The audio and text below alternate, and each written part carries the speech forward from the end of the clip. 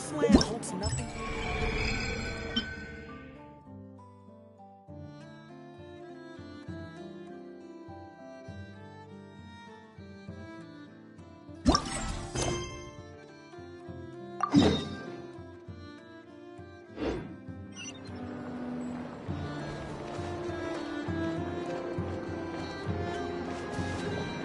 Running late again.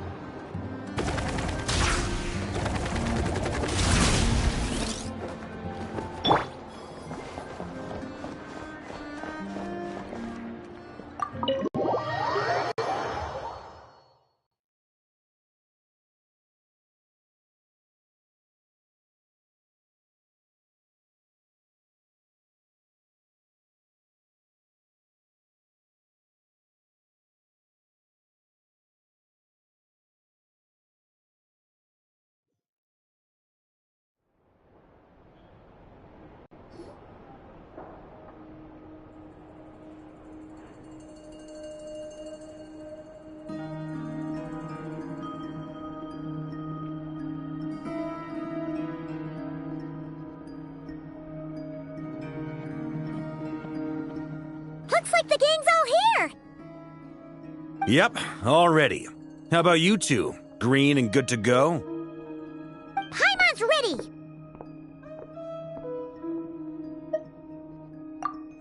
Haha, feeling nervous? Don't blame you. We're all a little out of our depth with this one. Okay, so, some time ago, Columbina was ambushed by the Doctor. It all happened pretty fast, and the last thing you saw was her vanishing into the moon's reflection. Yes, though at the time, all that the rest of us saw was the Doctor using some kind of power. The next moment, Columbina had disappeared, and you were falling into the sea. We have to get Columbina back. And whatever the Doctor's plan is in seizing the Three Moons Authority, we have to stop him before he succeeds. The Frost Moon Scions consider it our duty to rescue the Moon Goddess. I wasn't expecting so many others to come to our aid. So I want you to know that you have our utmost gratitude. Great. Well, first things first. Wait. Someone's here. We heard your footsteps. Although... You've been here for a while now. I take it you followed the Traveler, but I don't sense any ill intent in you. Come on.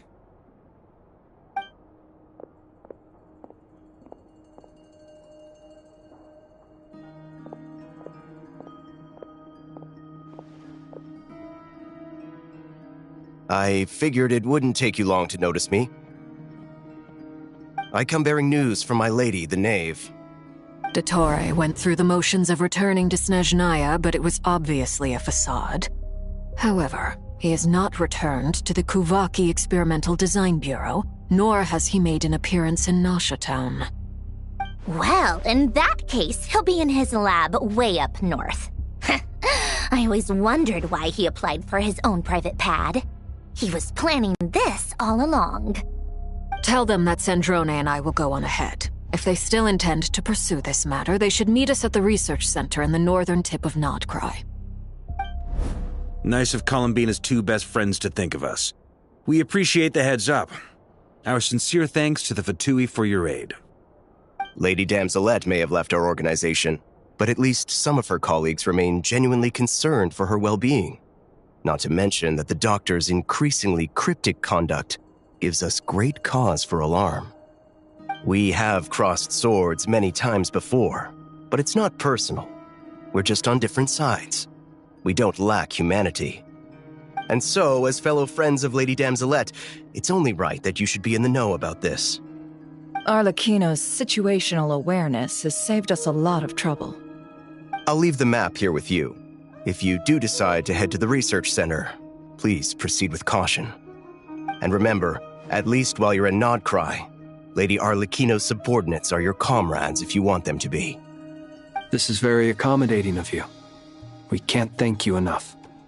Just doing my duty. I shall take my leave now. If you need us, you'll find us at the Experimental Design Bureau.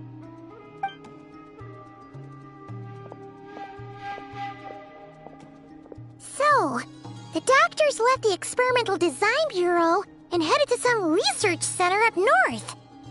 Marionette seems to think he's been planning this for a long time. But when did it start? Before he even arrived in Nod-Krai? It seems his loyalty to the Tsaritsa is lip service at most. Behind the scenes, he may even be working against her. Whatever his motives, we know that he's decisive and incredibly ruthless. Facing him unprepared would be a recipe for disaster.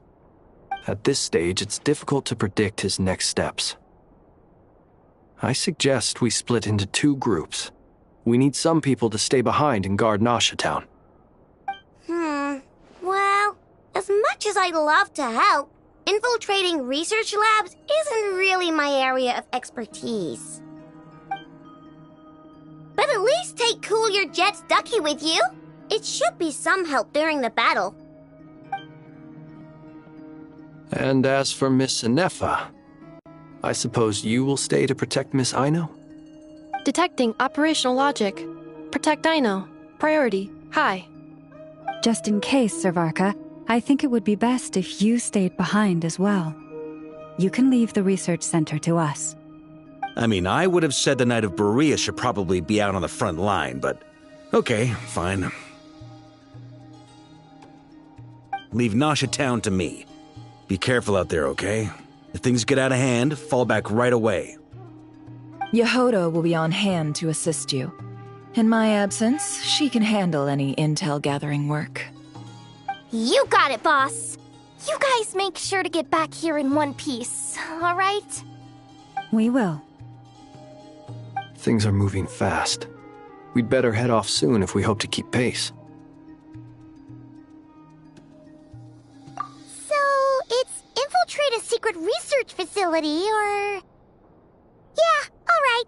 Paimon will help out here instead. Sounds like it's gonna be a pretty intense fight. We all have to bring our A-game here. So, anything you need to wrap up before we leave?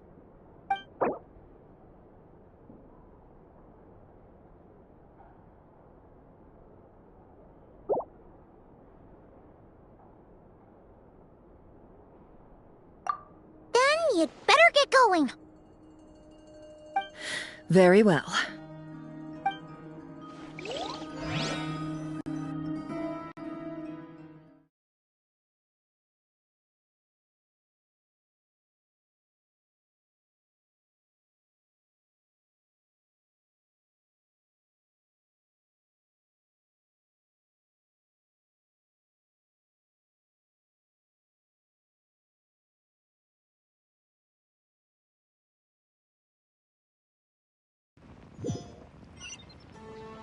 All these broken machines on the ground. Someone got here before us. Could it be Arlecchino and Sandrone?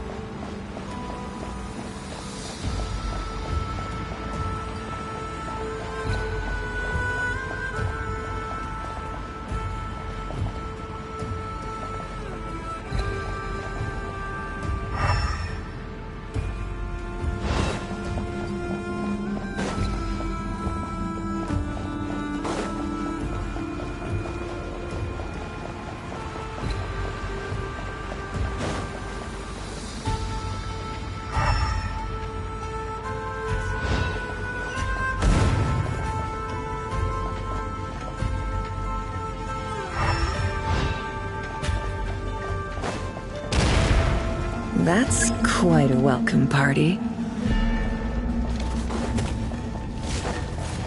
Go! Forest, protect us. Can't hide the truth.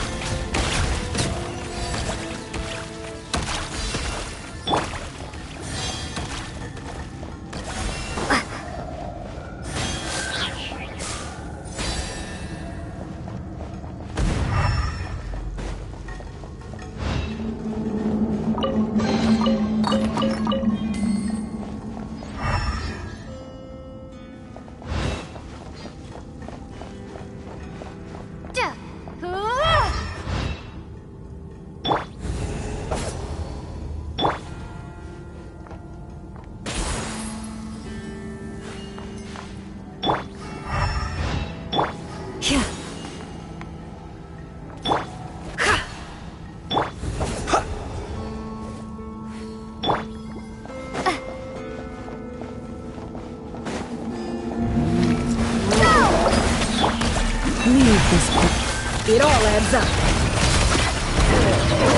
It all falls into place.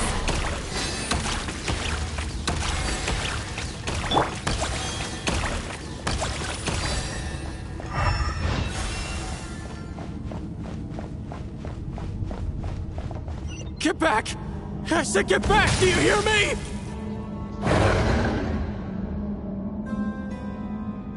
Why isn't it working? No! Don't come any closer! Don't!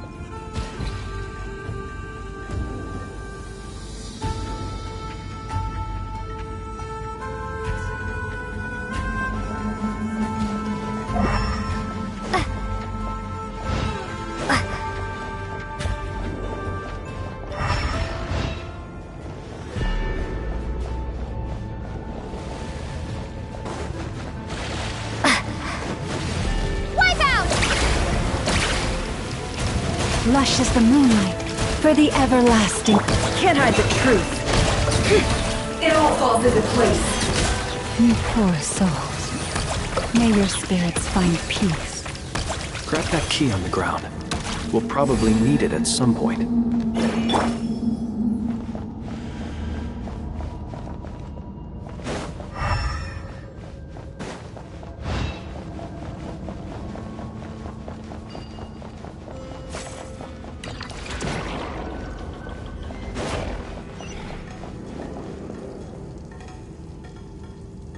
Watch out! Ugh, there's no way through. Let's go around.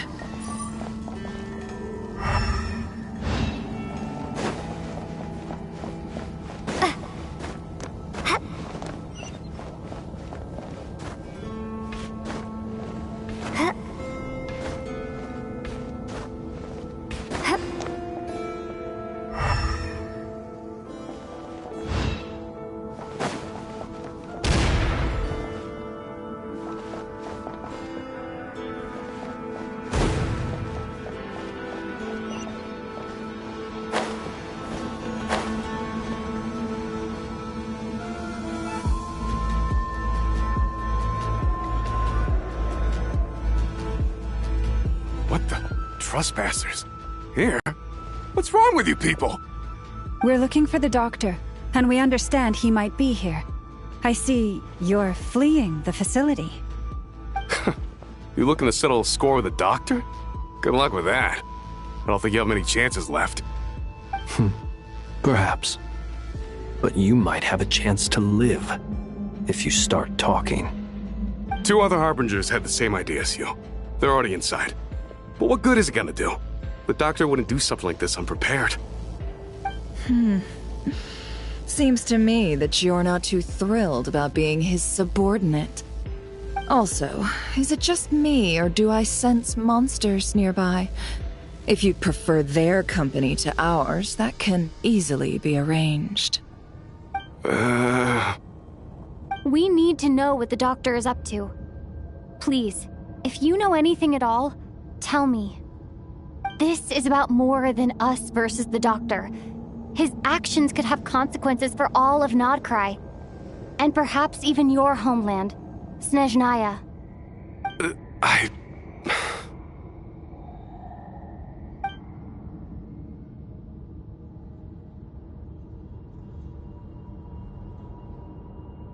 He's building something. Ambitious doesn't even begin to describe it. Feels like this could be the big one. God knows how long he's been planning it. A while back, he told us he'd be returning to Snezhnaya. We weren't expecting him back so soon. This time he brought some gemstones with him, or something. 2 of them. The moon marrow spheres. He stole them from their rightful owner, Columbina. Oh, Lady Damselette? Last I heard, she left the Fatui.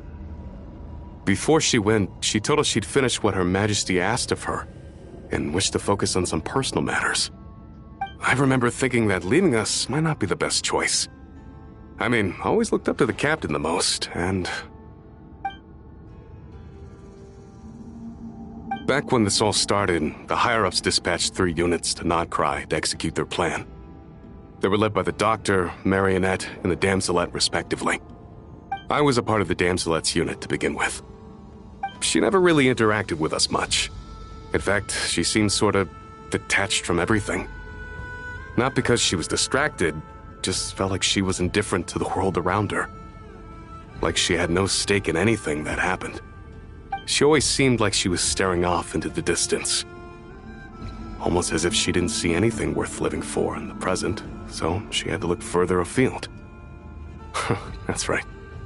She always used to stare up at the sky. The Doctor used to stand nearby and watch her. Apparently they got along well at first, but somewhere along the way, she grew wary of him, started avoiding him as much as possible. After she left, everyone in our unit merged with the Doctor's. He's similarly indifferent to the world, except when it comes to the moons. He seems to have big plans for them. Right now, obtaining the 3 moons is his #1 priority. He even said, if he can only get his hands on 2 of them, he'll create a 3rd one himself. How would he create an artificial moon marrow? Maybe the knowledge he gained from the Hyperborean phantoms has something to do with it. Thank you for cooperating. We appreciate the level of detail. I get the sense that you'd serve under Columbina again if you had the chance. Would that be fair? No, she's no longer a harbinger. As a member of the Fatui, my loyalty will always belong to the Tsaritsa. I'm only telling you all this because I don't completely trust the Doctor. His actions do not align with the goals that first brought us to Nod-Krai. I understand. We'll do everything within our power to stop him. The Knaves unit is based at the Kuvaki Experimental Design Bureau. Maybe you can seek refuge with them. Well, now we know what's going on here. Artificial moon marrow. He's likely well on the way to completing it. Dottore's technological capabilities are far more advanced than I thought. I fear this could get ugly. Everyone, prepare yourselves.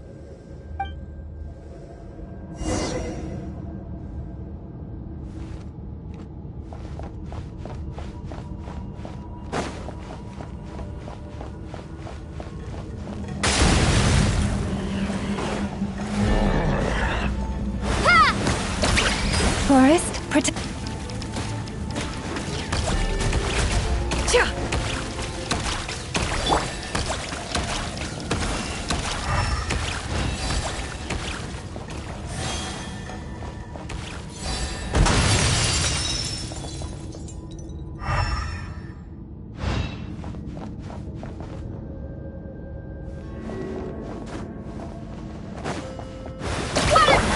You poor lost lamb. With one heart. It all adds up.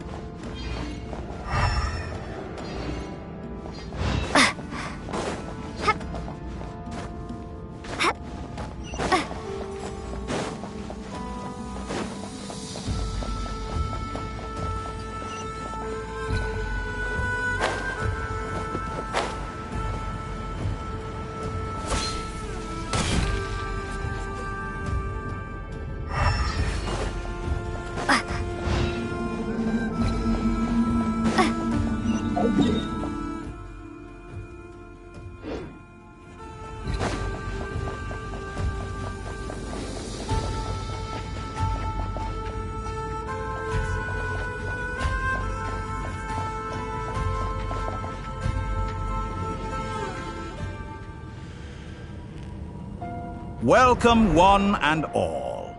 I've been expecting you. I hope my humble research facility is to your liking.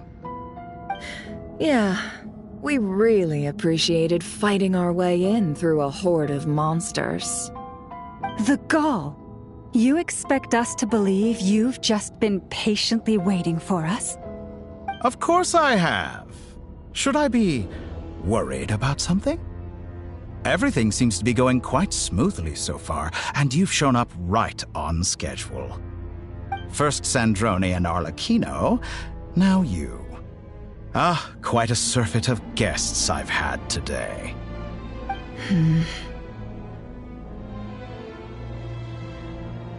If you were looking for them, I should probably mention that Arlecchino disappeared as soon as she entered the facility.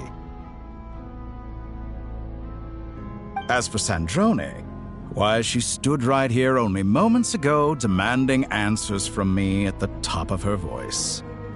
Hardly out of character. She never was one for basic courtesy. But I have to admit, I was a little surprised to see her showing concern for someone besides herself. Does everyone you associate with undergo such a change in temperament? Speaking as a researcher, I have to say, it is not a change for the better. It threatens one's ability to remain objective. Well, since you ask...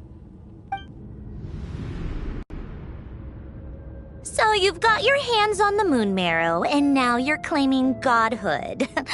Don't you think that's a bit of a stretch, Dottore? I must protest what you are insinuating with that phrase, claiming godhood. I am not claiming anything. I am stating a fact. You're a researcher. I'm sure you appreciate the distinction between the two. Huh? Wait, you really think you're all that? You'll excuse me if I'm not being a polite little lady for you. We're colleagues. We both know what kind of person you are. By the same token, I knew you'd respond along those lines. You and I both understand that facts speak louder than words. To that end, I've had my people send you a small gift. It should go some way toward helping you understand my present position. What gift?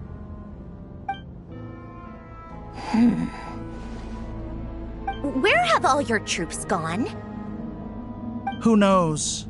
Perhaps they are already marching toward a new world, following in the footsteps of an unknown god.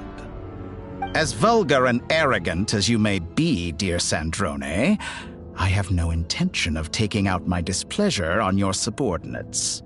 They will enjoy equal rights to my own. You sent your people to the Experimental Design Bureau? That's a Tsaritsa's property.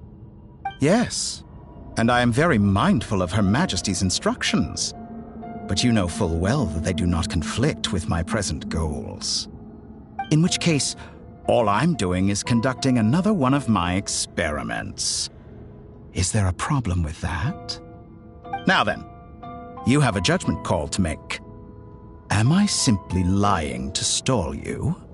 Or is it possible that every word I am saying is the truth? In which case, your subordinates really are in danger. So now you've turned on fellow Fatui soldiers. You're completely insane. I have set a new rule for myself. Each person gets one chance. Naturally, that includes you, Sandrone. If you wish to leave, I won't stop you. We are colleagues, after all. Scumbag!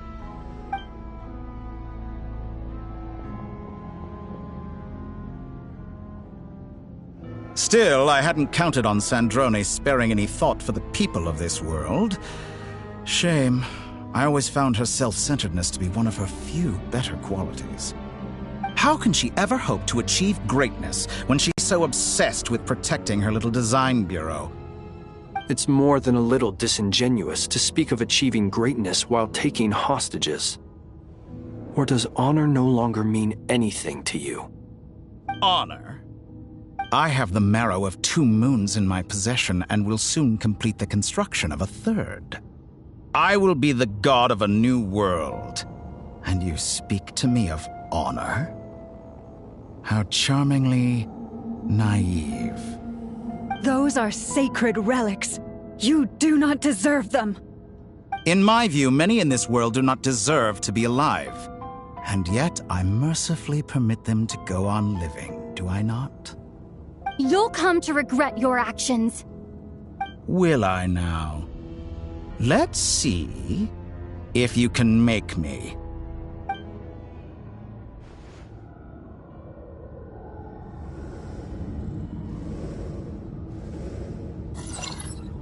Water jet! Forest, protect us. For the everlasting. Can't hide the truth. Let's see what you're made of. The mystery unravels. It all adds up. Bombs Is this away! all it takes to tie? Your actions betray your fear of me. Time to go clean. Get lost! It all falls into place. You poor lost lamb. By the front. Can't hide Won't the feel a truth. thing. Time to go clean. The deception ends here. Oh. No more lies. Interesting.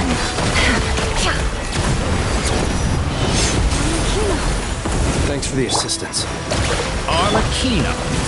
They see you as an ally. What a farce. You're clearly here to destroy my research, not conflict. I'd say your research is more valuable than your life. Am I wrong? To dust.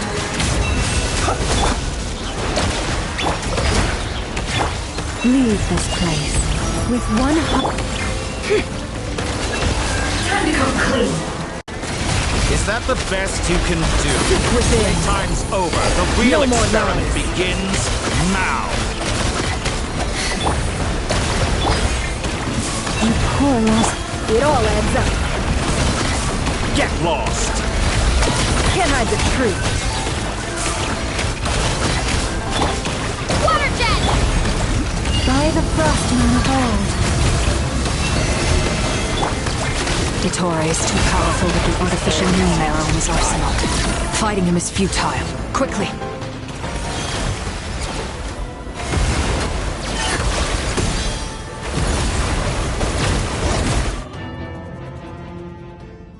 Let's go. I've always thought it is wiser to flee than surrender.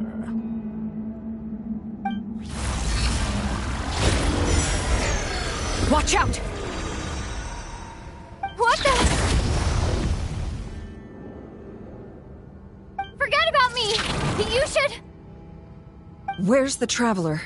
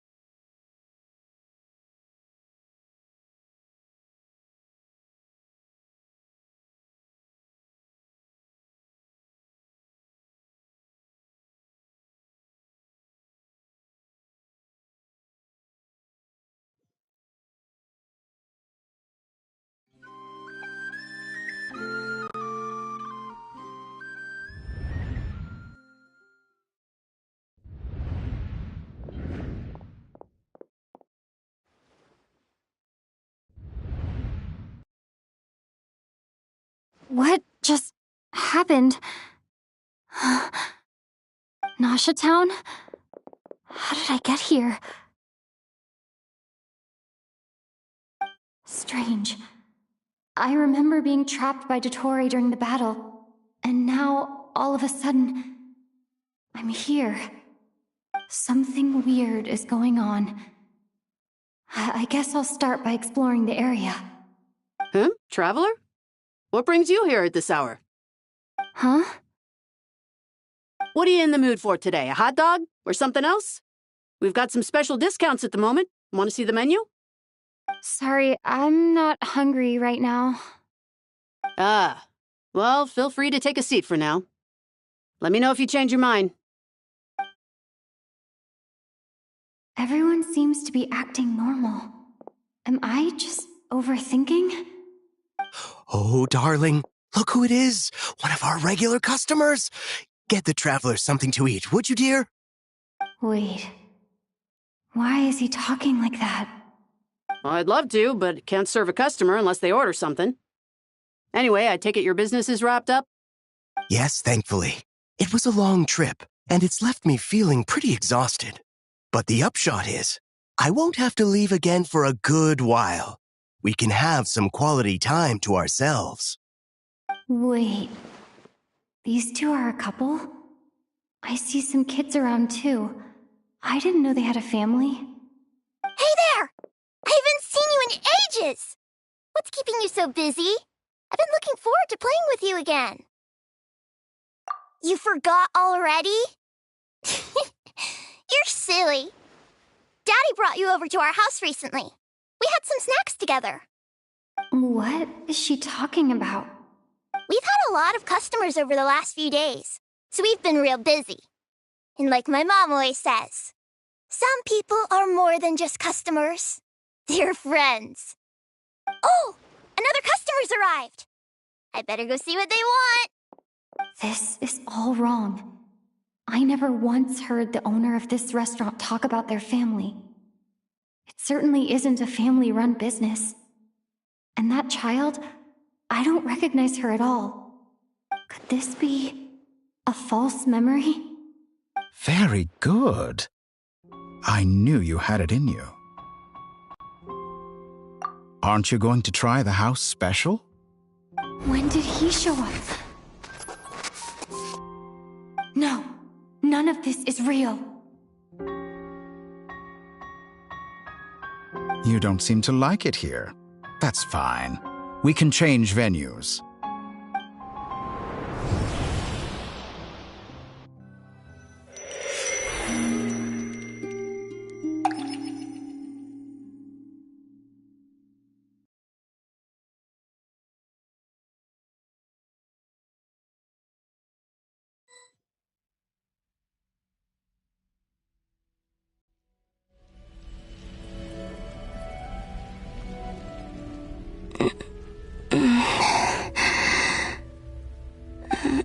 I'm still alive.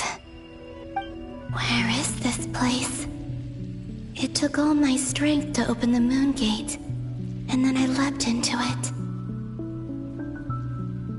So this is the moon's reflection? The mysterious realm beyond the gate?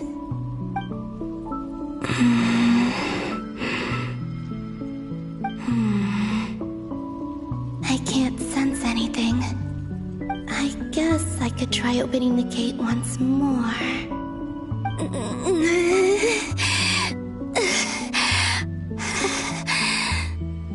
No response.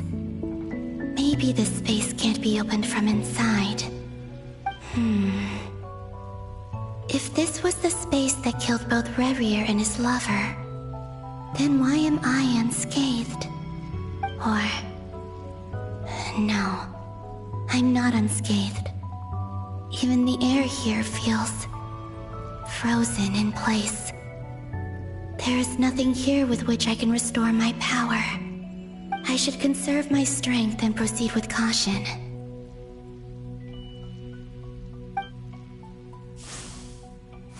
I don't believe Dottori's scheming will stop just because I escaped. If there is any chance that I can get back to the others, any chance at all, I must return.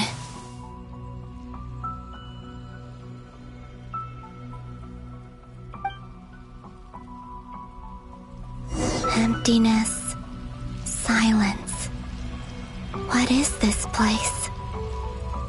Or maybe the real question is, what is it for?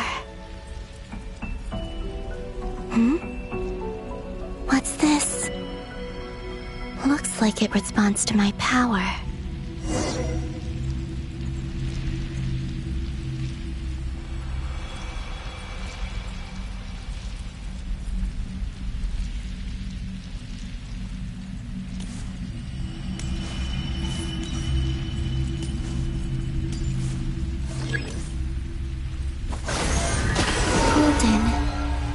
Like Kuvaki.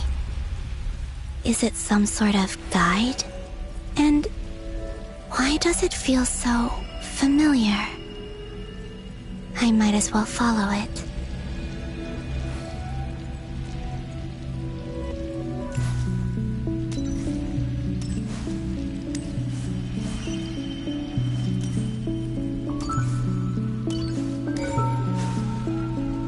Where does this lead? Could it be the exit?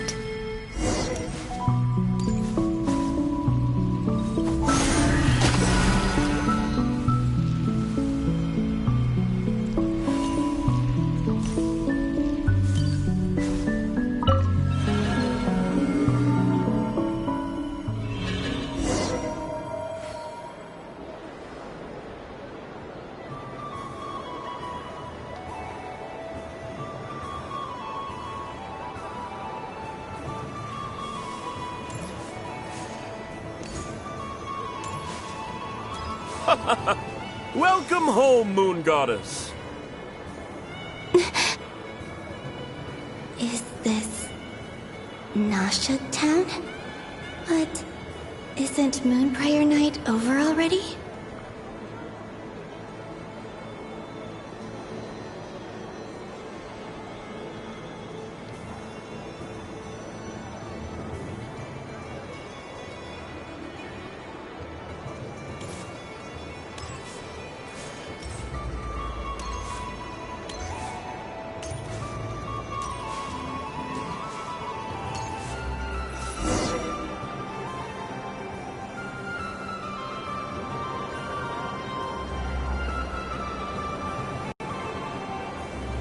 Goodbye for now, Columbina.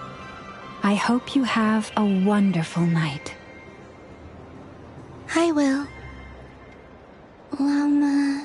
Everyone else.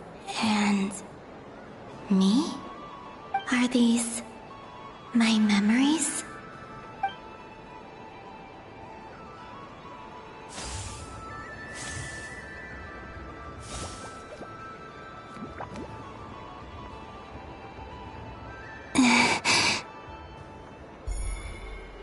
I can't touch them. It's as if we're separated by some impenetrable power.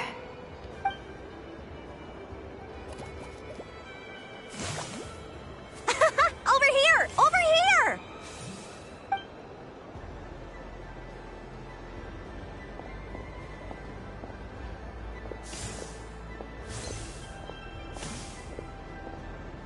But the people in these memories pass right through me.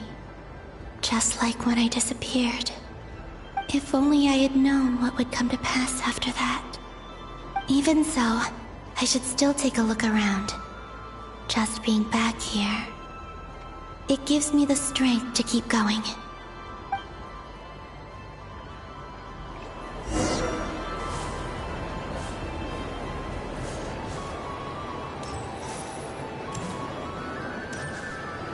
Welcome home, Moon Goddess. Oh, you're the genuine article. Alice was right. This Moon Prayer Night was worth watching after all. Oh, yes. That was the fortune-telling stall run by Barbalot from the Hexen Circle.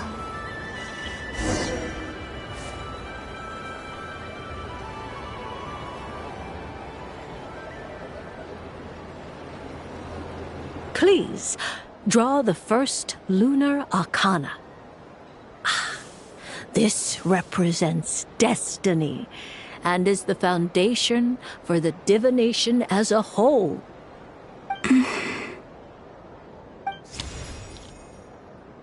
My destiny. I believe the card I drew was the moon. Now that I think about it, Barbalot's divination was absolutely right. It's almost time to draw the last card. The one that represents the future.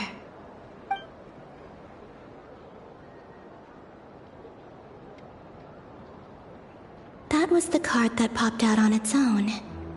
From here, I think.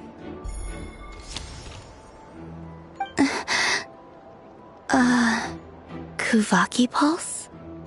What? Fascinating. I've never encountered this before in my role as a diviner. What's going on? Did that card leave the deck? Because of my influence? All I did was try to touch it, and then... Maybe this memory space is not untouchable after all. Are there weak points in the barrier? Or... is it possible that there's more to this space than my memories alone? This card is death. I need to get to the bottom of this. I'll try touching something else.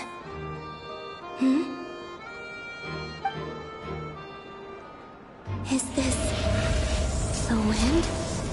No, it's gravity. It's pulling me outwards. No, Traveler!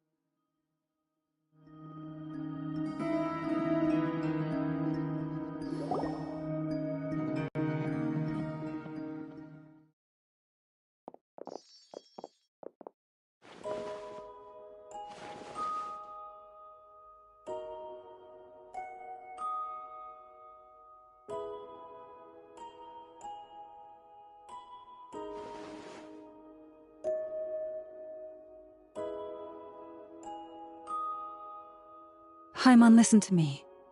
From the bottom of our hearts, we are so sorry. We completely understand how you must feel.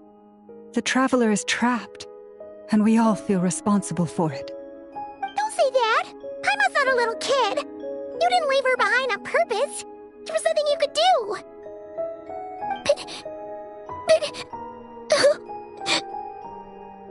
She's all alone in there! What if something happens to her? What are we gonna do then? We've barely spent any time apart since we met. Is she gonna die? We must find a way to rescue her. We were all involved in the operation where she was captured, and we do not abandon our comrades. That being said, it won't be easy. Through conversation with the others on our return, we've arrived at a basic idea of what we're up against. Dottore's lab has clearly been in operation for a lot longer than we realized. We found many monster samples stored there. In all likelihood, they were materials he used to research his latest technology. We also know that through his contact with the phantoms of Hyperborea, he gained knowledge about the moons and certain Hyperborean technologies. Using this knowledge, he then fashioned an artificial moon marrow to serve as a replacement for the frost moon beyond the sky. Unlike Columbina, Dottore is not being rejected by Tevat. And even with 2 of the 3 moon marrows, his power far exceeds all of ours combined. Once his 3rd moon marrow is complete, Dottore will have completely seized the authority of the Three Moons. Tevat's most primordial powers will then be in his grasp. Does that mean... I'm afraid so. No one could have predicted this level of insanity. Not even from Dottore. And unfortunately, his insanity is coupled with an intellect and ambition that not even his peers in the Fatui can match. This is dire. Sounds like the world is done for. The Three Moons' authority can influence the very fabric of time and space. I dare not imagine what a monster like him would do with that kind of power. The trouble's already begun, I'm afraid. On our way back, we discovered that part of Nod-Krai is being enveloped by an unknown energy. We cannot ascertain what is happening inside. I'm convinced this is Dottore's doing. Not that there's any way to prove it. The issue is, we have no idea what his intentions are. The only thing more frustrating than facing down evil is knowing that it will surely come, but not knowing when. The Doctor is guilty of numerous crimes at Mondstadt as well. One of our knights, well, former knights, his father was murdered by Dottore. His ideology and methodology are a danger to everything in his path, from individuals to entire nations. He does not feel guilt, even when he acts against his own people. He doesn't see them as his own people, that's why. People like him see everyone else as beneath them. Right. He views other people only in terms of how they can benefit him. That's the basis of all his social connections. Granted, he's hardly the only harbinger to pursue their own interests. We all do. And Her Majesty is gracious enough to permit it. Still, her mercy has its limits.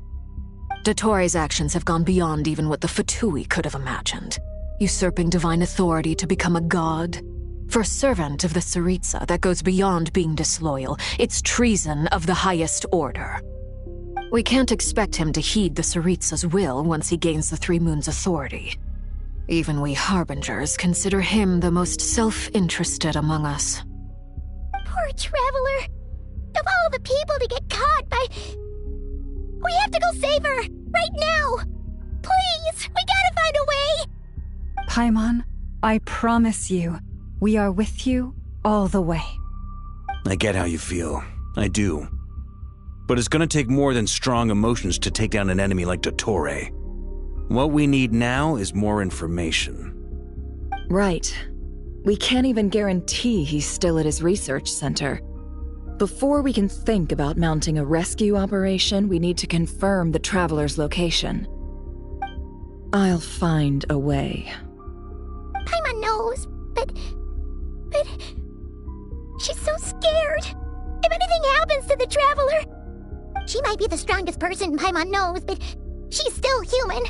She feels pain and bleeds just like anyone else. Then think things through before you stick your neck out. Unless you want to lose your head. Sandrone. Miss Sandrone, you're okay?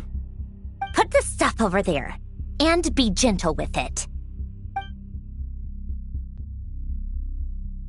Am I okay? As you can see, I've had to move my whole livelihood out of the Experimental Design Bureau. It's been swallowed up by Dottore's energy field. If I'd left it any longer, I probably would have gotten stuck there. Ugh, Dottore always goes a little loco when he finds a shiny new toy. Not that he'd ever admit that. But this time, he's gone full psycho.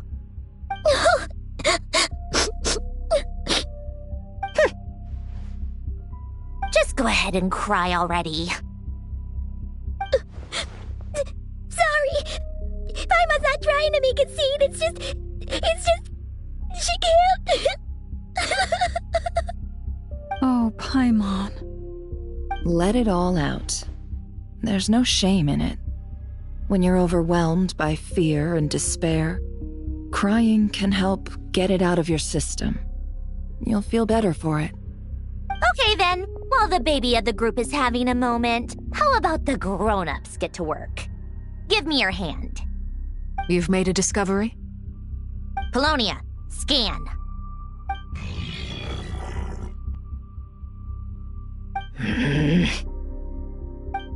You, hand, now. Oh, I thought you'd never ask, my lady.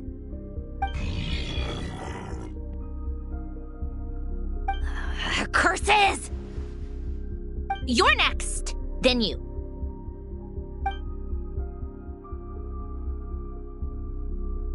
Dottore, you son of a... He's done something to us! Everyone who entered his research center has been implanted with some sort of curse. I don't feel anything unusual at the moment. Does that mean it hasn't activated yet? Is there a way to figure out its purpose and what might trigger it? My best guess is Dottore created it using the Moon Goddess's powers. 1 second, analyzing. Ugh! That friggin' maniac!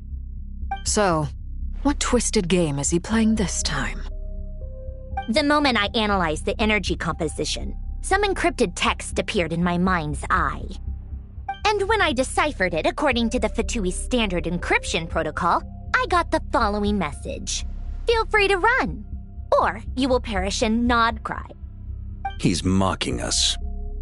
Yep, he loves to toy with people. Only in this case, there might be more to it. But I didn't detect any murderous intent or malice either in the message or the curse's energy. As if this is him at his least malicious. Or perhaps all people are cowards in his eyes.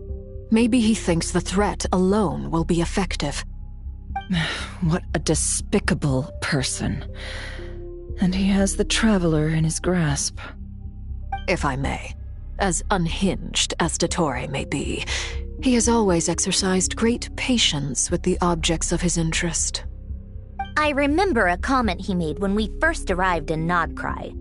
He said, "This world is, on the whole, an exceedingly dull place.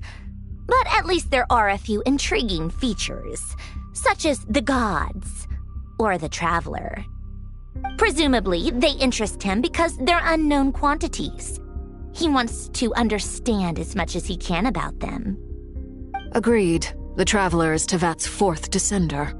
All Harbingers are aware of this. Since Dottore took such pains to capture the Traveler, he is unlikely to kill her right away. Okay, but we still have to do that rescue operation.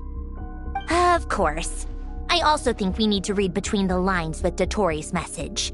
If he's encouraging us to run, that means we mustn't leave Nod-Krai under any circumstances. My guess is, his curse will only trigger if we leave.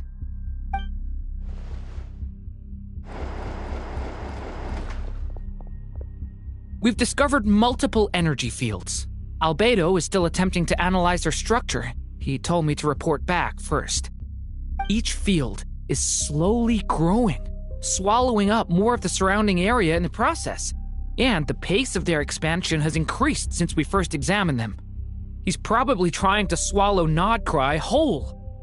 His nefarious ambition knows no bounds. If this continues, the whole of Tevat will be in trouble, not just Nod-Krai. The loss of Columbina could not have come at a worse time. Do we think she's truly gone for good?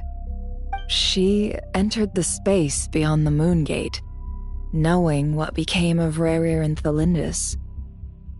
I'm sorry, but I fear the odds aren't good.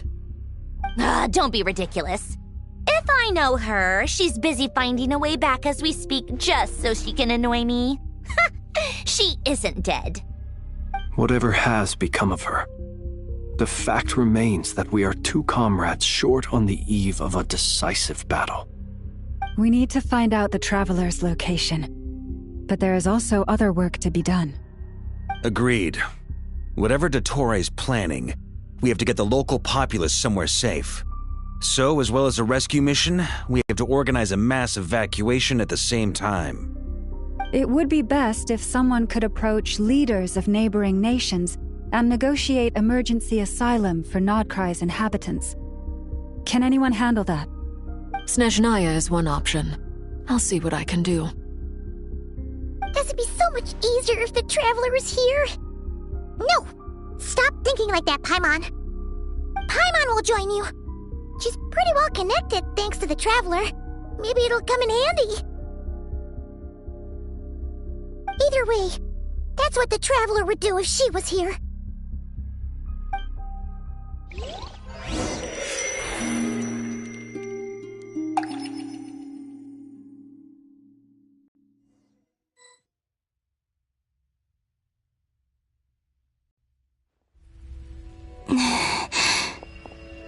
Back here again. That gravitational force that pulled me back. Is this where it came from? When I saw that memory of Moon Prayer Night, I think I influenced reality. Was it just a coincidence? Or... if only I could have sent the others some kind of warning on Moon Prayer Night. Maybe we could have stopped Dottore. I feel so heavy. Does entering that space consume a lot of energy? Well, even so, I have to keep moving forward. Back to emptiness and silence again. I should try and find my way back inside that memory.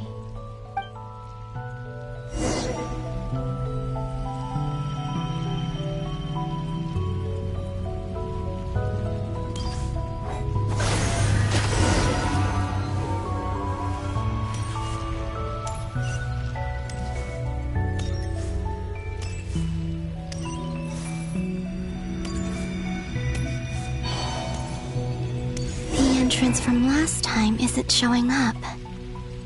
What am I missing? Looks like I need to gather these scattered fragments.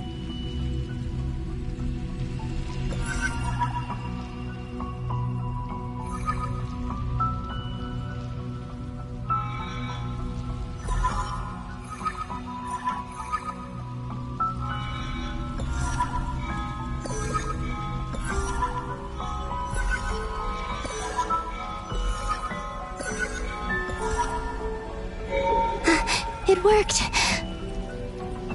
Hopefully I can stay inside for a bit longer this time.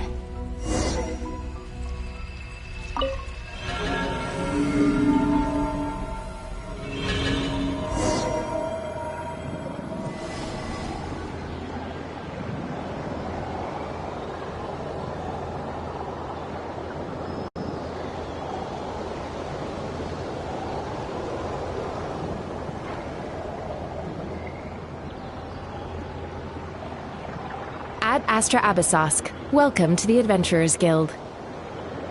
What? This doesn't look like Moon Prayer Night.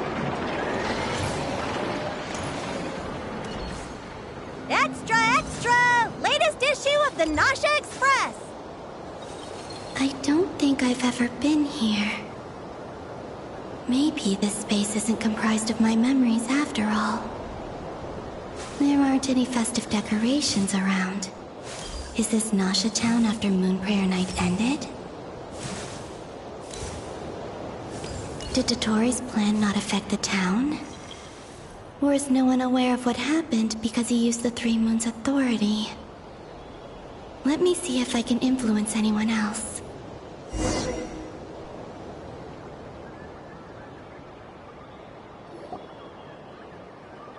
So, what do we do next? Wait, that voice. Paimon? The most important thing right now is to find that mage. Lauma, the Traveler, and Mr. Varga are here too. I'd better go pay the Fatui a visit. Traveler!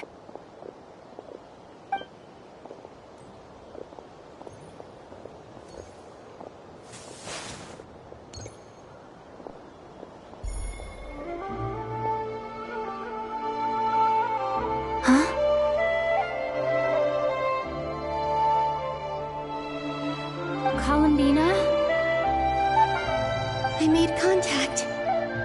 It's me, Columbina. Huh?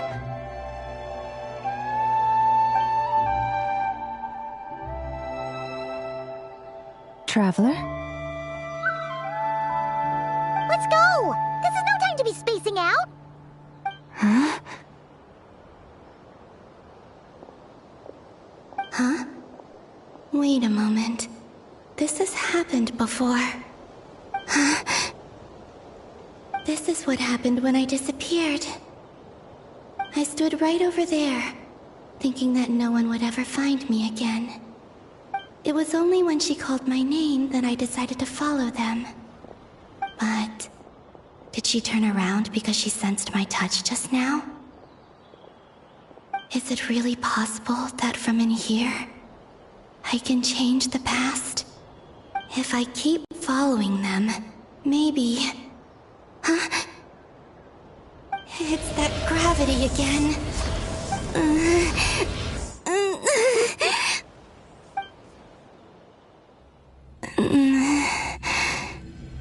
Every time I influence reality within that space, this force intervenes and pulls me back. It's as if it's trying to stop me from leaving.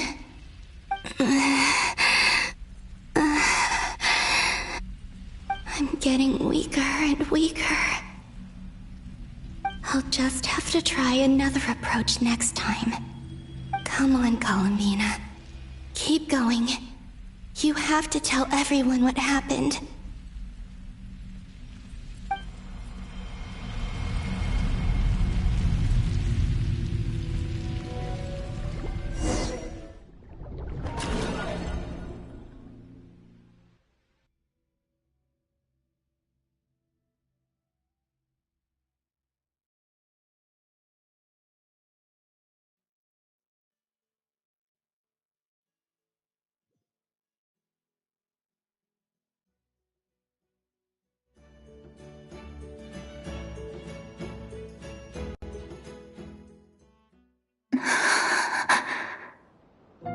Suddenly, I've been plunged into darkness, alone. It feels strange, as if something has grabbed hold of me.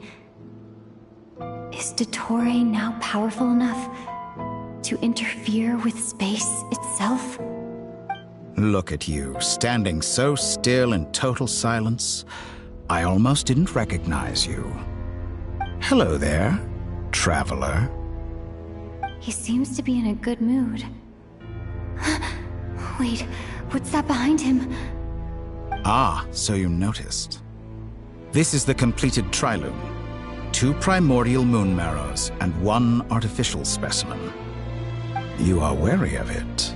Good. Maintain that reverence. You performed well in that recent battle. Brave and reckless as always. Courage is the sign of a true hero, and impulsiveness is the hallmark of those who strive to advance. I say this not to belittle you. Most creatures are far more timid by comparison. 3 moon marrows. Does that mean the artificial one is now complete too? Well spotted. What do you think? For a replica I built myself, I dare say it looks the part. Dottore, are you planting illusions in my mind? I have no interest in fooling your eyes. On the contrary, I hope to show you the true essence of all that you see before you. Is this not a beautiful city? People live in peace and find joy in their work. The streets are safe. People can even leave their doors unlocked at night. You might say it is the Elysium everyone dreams of. All available data indicates your values and worldview conform with the mainstream. This kind of society should be quite to your taste. False beauty is deceitful. Lies are to no one's taste. I wonder, is it your moral standards that are too high? Or your expectations of reality? Answer me this. If someone existed in a sweet dream from the moment they were born, a dream in which they never once felt pain. Which do you think they would consider superior? The dream or the reality? That's pure sophistry. It has nothing to do with your actions. As I suspected. You have yet to understand all of this for what it really is. What do you want from me? You sound impatient. Do you think the only reason I'm keeping you is because I want something from you? If it's not, then why haven't you killed me yet?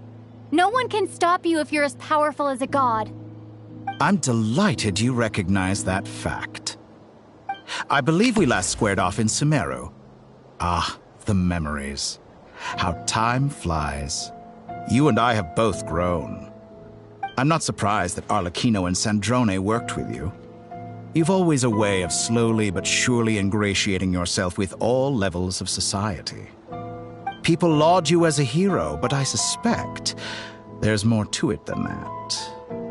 Oh, but to be clear, I don't say that to flatter you.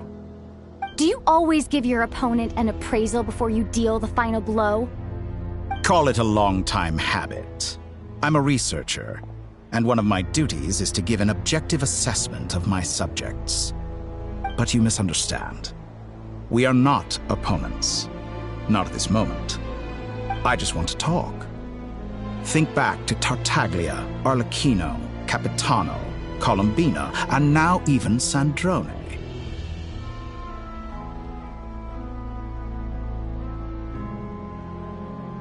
You've worked with each of them in the past. I believe you can work with me as well. What makes you so sure? Well, why not? Should the good associate only with the good and the bad befriend only the bad? I like to think we could have a more mature relationship than that. Surely you don't think all your relationships are grounded in friendship or shared ideals? People come together because it benefits them to do so. If you think of the people you admire, you must surely admit that they have provided some benefit to you. Morality, ambition, dreams. People have plenty of words to embellish the nature of their relationships. But once you break free from those ethical frameworks, you will see that the only thing connecting the two of you is mutual benefit. And that is what I'd like to talk to you about. We're finally getting into it. He's probably been planning to kidnap me for a long time now. But for what exactly? He has the authority of all three moons. I won't be able to gain the upper hand in a fight. Best if I pretend that I'm willing to negotiate for now. You say you're a god, but you also speak of mutual benefit. What could a god want that the three moons cannot provide? Excellent question. But before I answer, I would ask you the same thing. Gaining Colombina's allegiance was a rare and extraordinary feat. But the Moon Marrows are now in my hands, and I have the edge over her. For this artificial moon is not being rejected by Tevat. Her identity and lineage may have been a thing of glory in the old world, but they were also shackles that prevented her from ever integrating into Tevat. I, on the other hand, you may view me as a thief, but I have overcome that limitation. So what is it that the three moons cannot grant you? What stops you from negotiating with me to get what you want? I don't make deals with lying psychopaths. That's quite an accusation. Are you expecting me to get angry with you? Well, this is one aspect in which my personal growth has served me well. In the past, my less mature self might have been disappointed, perhaps even angry, over a small setback like this. Like when you and Lesser Lord Kusanali joined forces to oppose me, for example. But things are different now. Just as the rich do not quibble with the poor, I no longer find myself perturbed by these trivial affairs. Human relationships end with conflicts of emotions and interests. But relations between humans and gods are different. And ours is even more unique. I have ascended to the highest heights and laid claim to unprecedented horizons. And you were no ordinary person to begin with.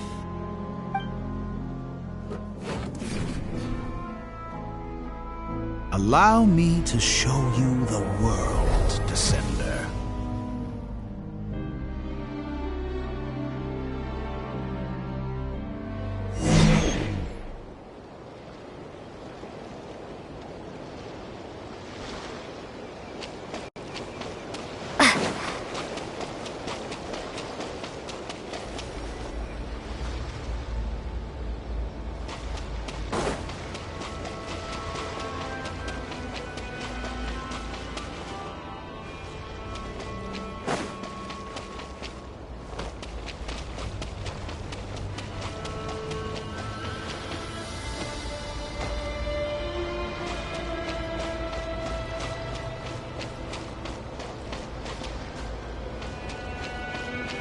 Stand, walk, jump, sit, and lie down.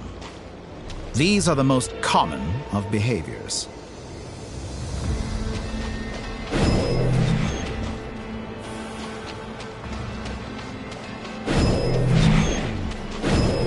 Have you ever wondered why we were born following such laws?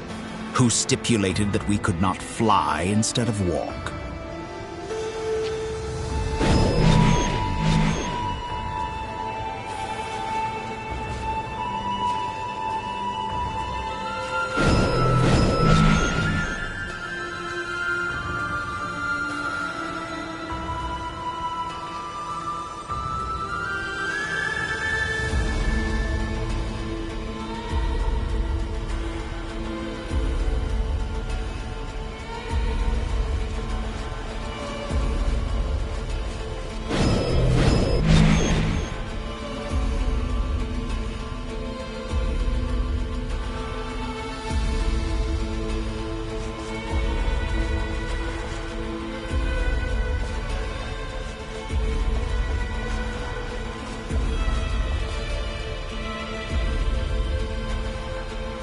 Someone of your talent and experience must surely know of the 4 great rulers who serve the heavenly principles.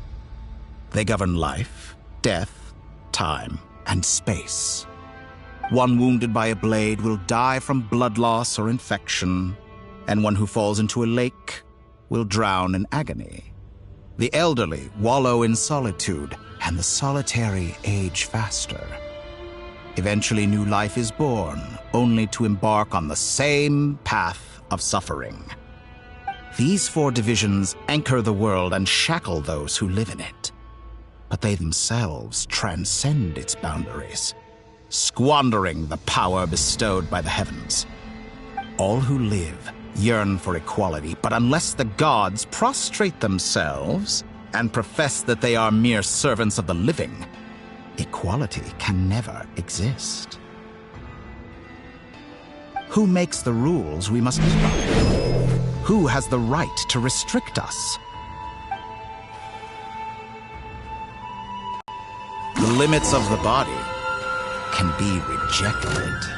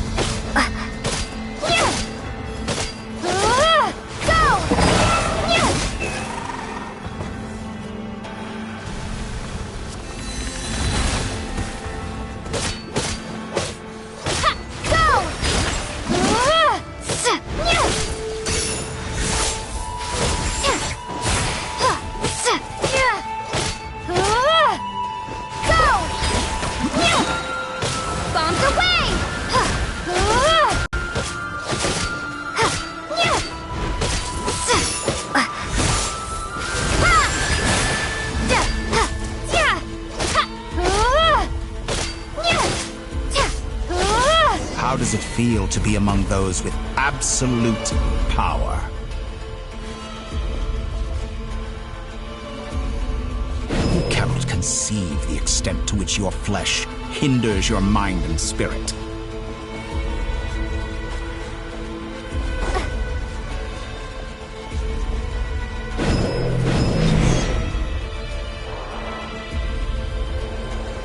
Only by discarding our useless, primitive eyes can we perceive a new world. How narrow-minded we all were in the past. Why should the final answer of the world not be the power that predates those of life, death, time, and space? The power of the Trilune. Through it, I have glimpsed new experimental possibilities. Nature suppressed, authority exiled, souls controlled.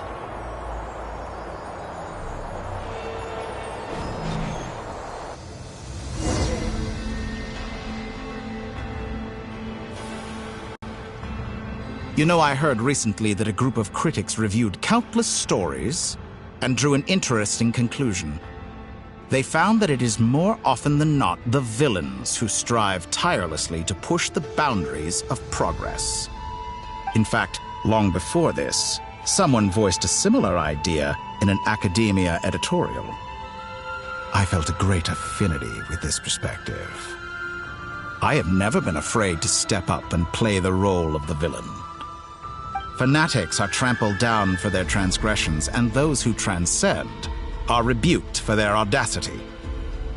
And so, the majority of creatures are too timid to follow my lead. But all sacrifices made during my experiments have been worthwhile, as you can now see. I can offer you something new, something unique, precisely because I am a villain. Think about it. We are eternally bound through mutual interest. Can you truly say you would never turn to malice if it could give you the life you dream of? After all, what value do perfection and purity really have? They are fragile and feeble things, utterly tedious. I say, better to be governed by a flawed humanity than a gnosis. The true seeker of knowledge is the villain who undergoes countless tribulations in pursuit of their goal. I'm sure many people have told you that you're different. Because I'm a descender? Exactly. Very clever. But what has that got to do with you? I do not conceal my wicked deeds, my selfish desires, or my greed. A true researcher must act as I do if they are to understand and speak of the truth. And yet, a knowledge seeker like myself will inevitably grow tired of studying Tevat beyond a point. You have traveled to all corners of the world and met many people. Along the way, there have been moments when you were misunderstood or even became a wanted criminal. And all the while, you have spent your days doing some of the most mundane jobs in the world. You fight and toil, claim minuscule rewards from my friend Pantalone, then you fight some more, winning some battles and losing others as your search goes on. And this cycle continues, with no end in sight. Surely you must sometimes grow weary of being stuck in this same loop day after day. We're completely different. I embrace everything that life throws at me. I am engaged in every step of my journey. How does that make us different? I too embrace what life brings, researching everything that interests me. Think of all the novel things I've managed to create, like the artificial moon marrow. Don't you see? As unique a specimen as she was, even Columbina is not irreplaceable. Take that back! She's gone because of your actions! I didn't say that to anger you. Though admittedly, I don't see what there is to be angry about. Anything Columbina could do for you, I can do better. I know what your ultimate goal is. You wish to walk the path your brother walked and seek answers from him at the end of that journey, don't you? Someone like you could never understand what it feels like to care about another person the way I care about him. Perhaps not. But that doesn't mean I can't help. I could find your brother right now, bring him before you, and make him give you the answers you seek. Don't be so presumptuous. You'll never begin to understand the situation between us. Oh, no. This is no presumption. I'm only offering what I know is possible with the power of the Tri-Lune. But it seems like you would sooner continue with your journey through this world. Why? Do you truly desire this journey? Or is it simply a necessary process from which you cannot escape? Think of all the time and energy you have spent, everything you've had to endure just to make it this far. Is this really what you want? Or has your hand been forced by the promise of that final answer? Yes, you have made many friends. But do they ever spare a thought for the void in your heart and what it yearns for? What you want is not friends. It is family. But do they know this? I, on the other hand, am far more considerate. Join my experiment, and in return, I will bring your meaningless journey and all its struggles to an end. This is a malicious attempt to manipulate me. But at the same time, he's stating some very human truths. Of course, he's right about my predicament. How can I deny it? I have faced ungrateful strangers, never-ending troubles, an endless quest for answers. I want to see him. After everything I've been through, words can't describe how much I miss him, how much I want to be reunited with him. Wherever you are right now, do you miss me too?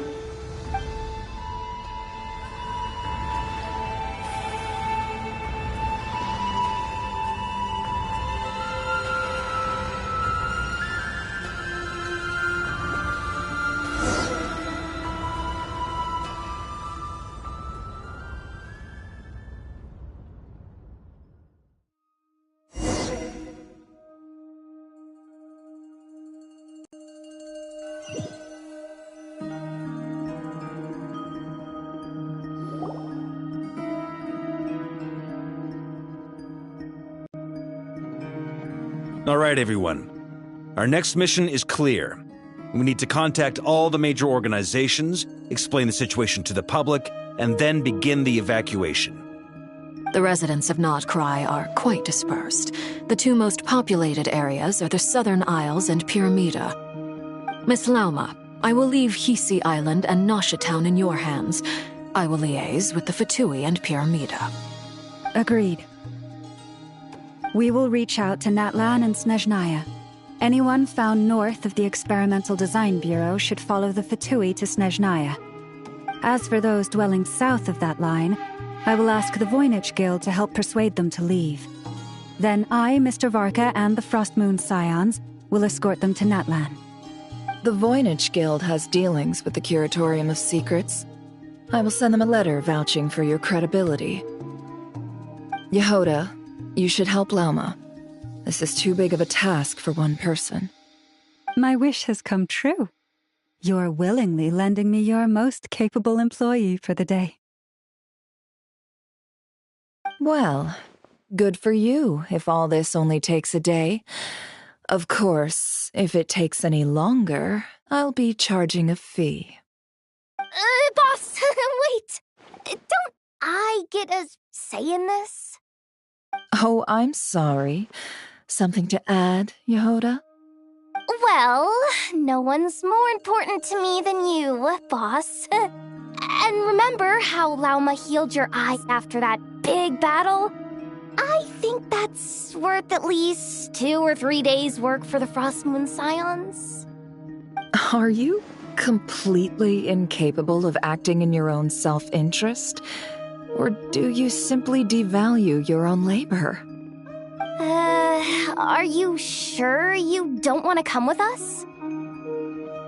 Who will see to our other work if we're all busy evacuating residents? Sandrone insists that Columbina is still alive, and we have a traveler to rescue. There's much to be done. But boss, I'm just worried that... Well, Nefer, I'll link up with you once my tasks are complete. What makes you think I'd need you to do that? I'll need it. And considering the way you approach certain matters, I think you'll be better off with me present. That's quite enough. Just focus on your work first. I bet we're in for an uphill battle here. But we can help out too. Inefa and I are gonna help Nasha Town's residents carry their stuff. Loading schedule. Store essential local research data and technology samples, then escort the people to Natlan. Understood. I will execute this to the best of my abilities. Great stuff. Thank you, ladies. I've contacted the Lightkeepers. A colleague of mine will join us shortly. I will persuade them to conduct a thorough search of the region to ensure that no civilians get left behind. As for me, I guess I'll be making an early return to Sumeru. I think it's important that someone informs the Dendro Archon of what's going on in Nod-Krai. Roger that. Someone should inform Mondstadt, too. Mr. Duran, can I trust you to handle that? I think you fly faster than any of us can run. As an added incentive, get there fast enough and I'll see about getting your gliding exam waived. Really? Ha! Mission accepted, sir. I intend to stay behind and help Miss Sandrone with her research. She has some alchemy-related questions that she'd like me to explore. She recognizes your expertise, then. I wish you a fruitful collaboration. Thank you. In truth, I was surprised to hear her express an interest in subject matter outside of machines. I believe she has been investigating some Fontanian technology recently. She made a point of bringing the relevant materials with her when she left the Experimental Design Bureau. She's sorting through everything in her room as we speak. I should mention that we have one other friend who isn't present. He hasn't made his position in all of this clear. But if we know anything about him, he's likely investigating on his own. Paimon's been very quiet today. But I know how close she and the Traveler are with the Natlanese. She should come with us to the border. Okay. Paimon will do her best. Make sure to heed Sandrone's warning. Many of us have been cursed by Dottore. As such, under no circumstances should anyone cross national borders. Remain within Nod-Krai. That aside, personally I have faith in Columbina. Things look grim, sure, but who knows how it'll play out. Same goes for rescuing the Traveler. Both of them are important allies and friends. We'll be counting on you to gather intel on them, Miss Nefer. Oh, wonderful. You're all here. That voice again! Nicole? Whoa, that was loud! And it came out of nowhere. So mysterious. Sorry, this is the only way I can speak to you all right now. Please accept my apology. Anyway, time is short. I'll cut to the chase. We're still facing quite a catastrophe here at the world's borders. Alice has roped in every Hexen Circle member she can get a hold of. Except for me. She told me I had to come and help you all out as a matter of urgency. I quote, "You love talking, don't you? Well, now it's finally your time to shine. Take these. Make sure the whole party gets one each. You'll be in charge of making sure everyone stays connected." Huh? Is this a Dodo communication device? Scanning. Unknown device. Analyzing. Unknown device. Conclusion. Cute. Affirmative. It is cute and good. I believe that I quite like it. This is no ordinary Dodo communication device. It's my very own special modified version, specifically... sorry. I almost went off on another tangent there. Anyway, help yourselves. It will allow us to communicate over long distances within Nod-Krai. No more worrying about shuttling messages back and forth. What astounding technology. Am I right in assuming that it relies on your personal abilities to function, Miss Nicole? Yes, exactly. Right on cue, Albedo. Ah, I'd love to brag to you all about how it all works. But no, next time. Anyway, I'll be right with you all, serving as a communication hub. That's all from me. Head off as soon as you're ready. I'll be staying here to keep watch, and I'll be sending you my blessings.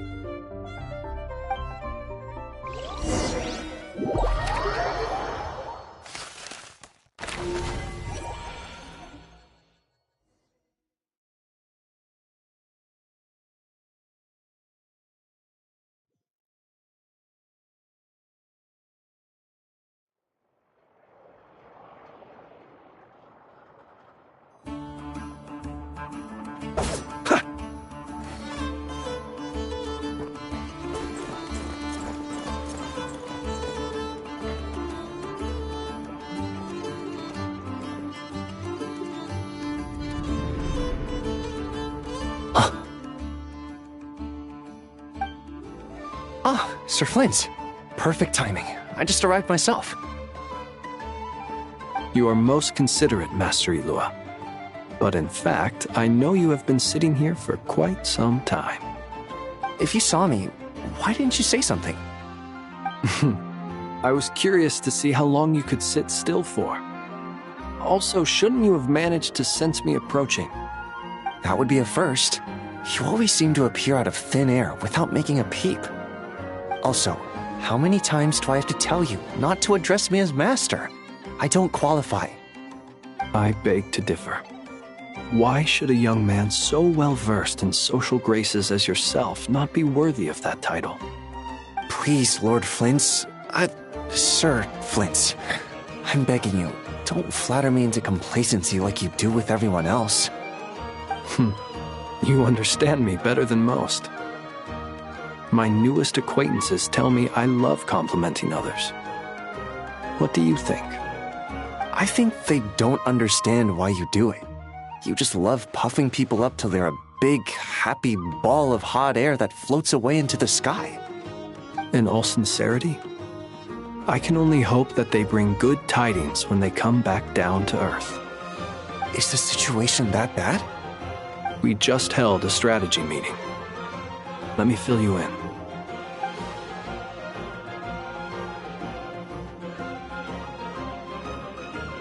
In short, we need everyone gone from Pyramida. We also need a team of lightkeepers to scour the more remote regions of Nod-Krai for civilians to evacuate. I only hope we have enough personnel. We do. Old Man Nikita will definitely help, and we can recall anyone out on patrol to focus on this instead. Good. I'm sure you and the others will make short work of this. Now, don't forget, once you've completed this task, make sure you and the rest of the team evacuate to either Snezhnaya or Natlan as well. Flint? If you've got something to say, Master Eilua, why not guess what I'm thinking right now? You mentioned that you have something else to deal with later. How difficult is it going to be? I doubt it will be easy. I know you're a lightkeeper, and it's your duty to protect others in times of crisis. But I have a feeling that you'll be walking into grave danger. However bad things have gotten in the past, Nod-Krai has never faced a mass evacuation before. But from the sounds of it, you don't intend to come with us. I don't mean to pry, and it's probably none of my business. But whatever it is you're intending, you don't have to go through with it, you know. I've been afflicted with some sort of curse, and I'm told it may well trigger if I set foot outside of Nod-Krai. As such, I cannot leave. I have to act, if for no other reason than to fight this curse. What? No. Why? Why would anyone want to curse you? There are plenty of people out there willing to trample over others in pursuit of their own goals. Frankly, Sir Flint, I am furious. You're making light of what is an incredibly serious situation. Indeed I am. And? And what? I told you, I'm furious about this. Nothing I can do about it, I'm afraid. Things happen, and we just have to deal with them. If you find yourself feeling angry, perhaps start by drinking a big glass of water. Hey, you mean you're completely unmoved by my anger? I'm devastated. Then allow me to express my sincerest regret. Come by the lighthouse sometime. We'll catch ourselves a few fish, have a little barbecue, play some cards, and bask in the sun. Maybe I need to spell this out. Lean in a little, Flint. Oh my, this doesn't bode well. Word is that you were caught up in a real horror show recently. People were amazed that you returned safe and sound. They've been debating whether you're even human. I've returned safe and sound from plenty of crises. When you say people, do you mean other people, or do you just mean you? Fine. I'll be frank. You're not human, are you? Heavens. Now that's a horrifying thought. You know what? Forget it. We'll revisit this once it's all over. A sound plan. Albeit a little ominous sounding. Just promise me you'll come back in one piece, all right? For you, Master Ilua. How could I refuse? Also, please pass my regards on to our colleagues. Tell them, thank you all for your assistance. Please put safety first as you proceed with the operation.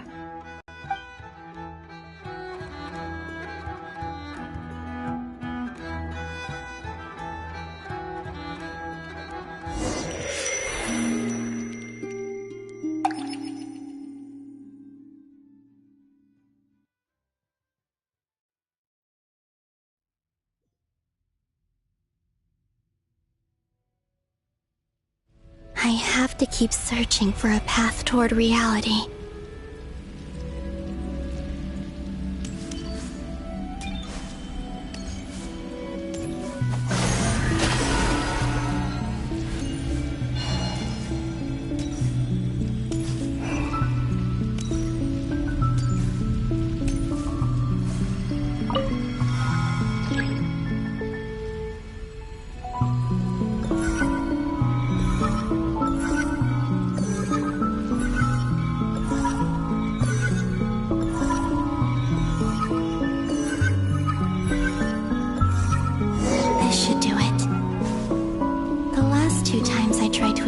Reality in this space.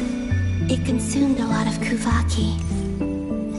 I'll try and be more careful this time. I need to leave key clues behind using less power. I hope everyone still remembers what I said on Moon Prayer Night.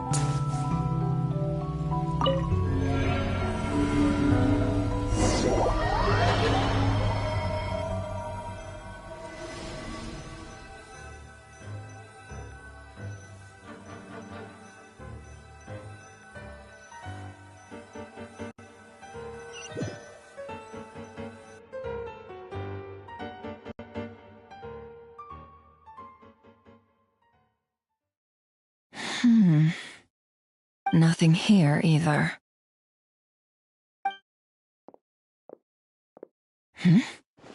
Flint's? Ah, Miss Nefer. What are you doing here? Unless... I just spoke with Itlua about arrangements for the search and came for a walk nearby. As for you, why would... It appears we think along similar lines, and neither of us likes to accept things at face value. As well as figuring out how to gather intel on the Traveler, I wanted to confirm some of my own suspicions. Also, we'll need to bring a lot of force to bear against Ettore, even if we're only looking to rescue the Traveler. We can't leave anything to chance. You don't think Columbina perished either, do you? I'm merely considering the possibility that she survived, just as you are. How much can we really know about a deity like her anyway? Do you remember what she said on Moon Prayer Night? About using moonlight to send messages to us? Of course. I think that's why we're both here. Where have you checked so far? I've been focusing on the outdoors. Anywhere the moonlight shines. I checked most of Nasha Town, but didn't find anything. I checked the Curatorium of Secrets, and a few rooms where I thought I might find some leads. But no luck here either. The only places I haven't looked yet are the rooms in the flagship. But process of elimination isn't the only thing that brought me here. Oh, really? What's your other reason?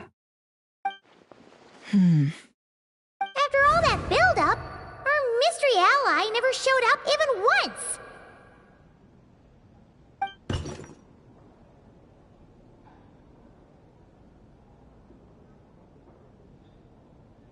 Huh? Am I imagining things?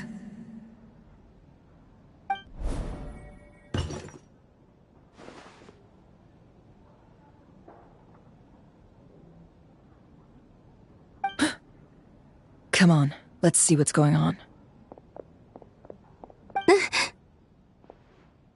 Oh no. I knocked over a vase as soon as I came in. It must have been caused by a Kuvaki fluctuation when I entered the space. Although, it seems like I'm not about to be pulled away this time. It looks like as long as I'm careful with my actions, it doesn't count as influencing reality. Anyway, is this the flagship? The Traveler mentioned that's where she was staying.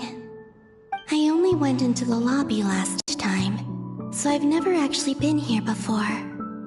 How does this space work? If nothing else, I can now be sure that it is not simply memory. She mentioned where her room was. I think it's this one.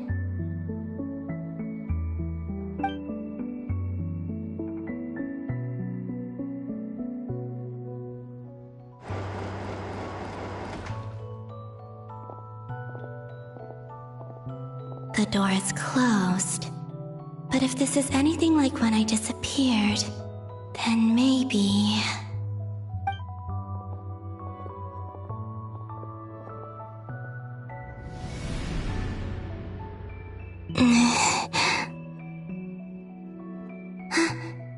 I'm in. She and Paimon aren't here at the moment. I hope she's okay. I wonder what happened to her after that battle with Dottore. Best not to dwell on that for now. I need to try and leave them some clues.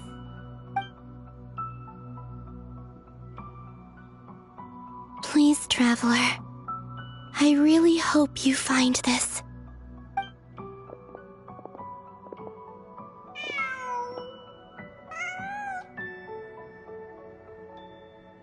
Huh. Just a cat. Nothing else here strikes me as noteworthy. Didn't you stay here for a couple of nights once? Before Rerir showed himself, yes. It's also where the Traveler and I first met.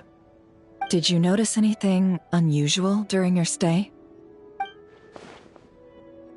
I remember thinking how much noisier the flagship is at night compared to the graveyard. Other than that, no. Traveler and Paimon were most congenial neighbors. This is where they've been staying, yes? Over here? That's right. I wouldn't usually condone breaking and entering, but we can make it up to them later. Focus now. I have to write a message on the wall using Kuvaki, just like I said on Moon Prayer Night. Simply open your windows on nights when the moon shines bright, and the moonlight will naturally flow towards the words I have written. Here goes. I'll need to carefully control my strength.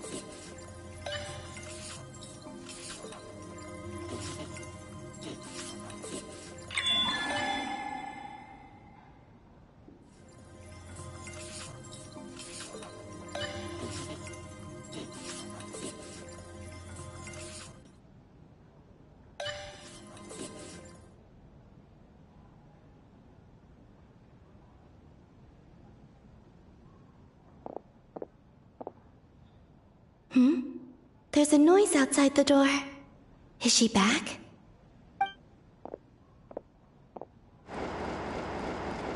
Please, you have to see these words.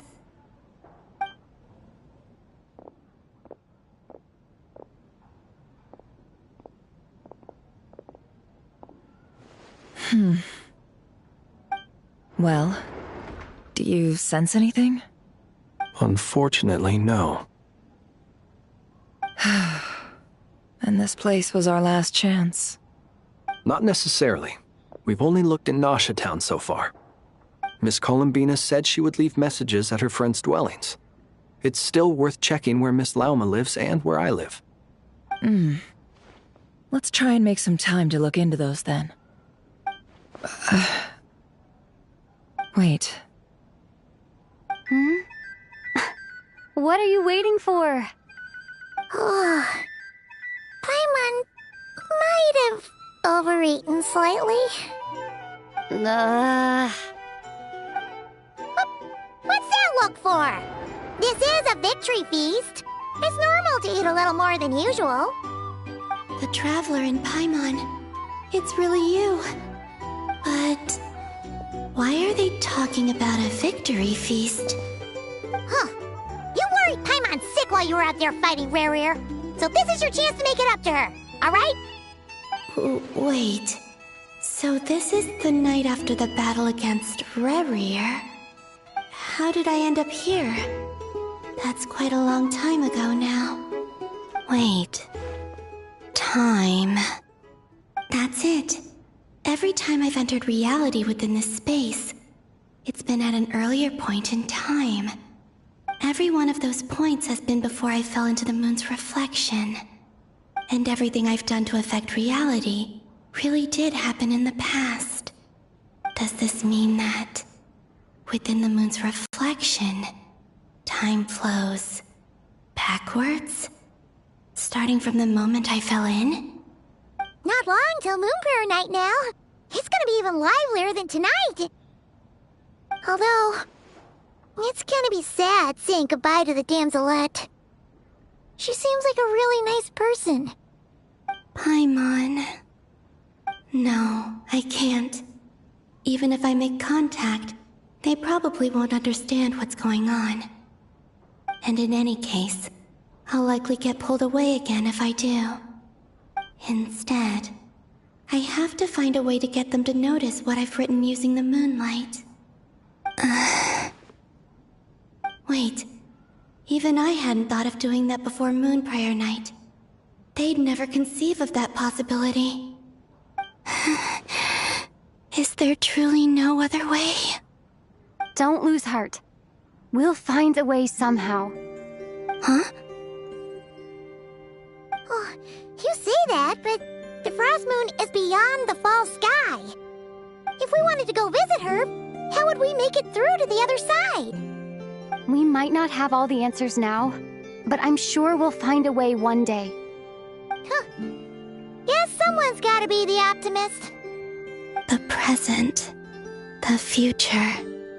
That's right. There are still things I can do. What's your plan? Flint's. When you were staying next door, did you ever open the window? No.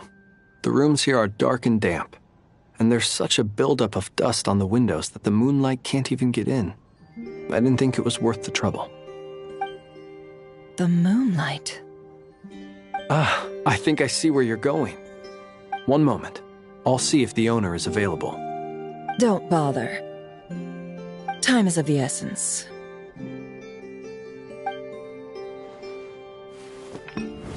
Time. Even if no one sees what I've written at this moment, maybe someone will remember what I said after Moon Prayer Night. I need to write down as much information as I can. And maybe one day...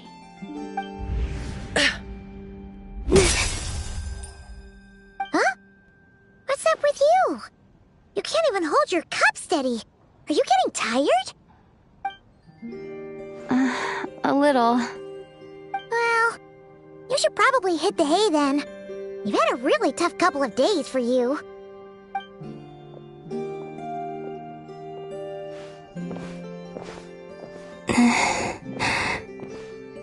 You truly have. You helped defeat Rerir, helped me reclaim my name, and you helped the others organize Moon Prayer Night. Wherever you are right now, I'm sure you're still fighting against the injustices of fate. This is all I can leave for them. How I wish I could stay here. But it's time for me to go. I hope to see you again in the next time. And if the opportunity presents itself. I will surely return to your side. Huh. Columbina. She's alive. Not only that, but she's left us an entire wall's worth of clues. She even wrote down what would happen on Moon Prayer Night. It's just a shame we found it too late. I am here. Time in this place flows backwards. I am constantly moving forward. It sounds like she's found a way to influence the past using Kuvaki. But her future is our past. So, these words have been here ever since we defeated the Reikir of Solnari. We just never discovered them. Which came first, the chicken or the egg? Do you ever mull over questions like that? Only when I'm in a good mood, and at leisure. Well, I never do. Everything that has happened already belongs to the realm of fact. As a business person, and especially an intel broker, what I do is extrapolate from those facts to try and read the future. An admirable philosophy. It's a means of survival. Let's go. We have a wall's worth of clues to share with the others.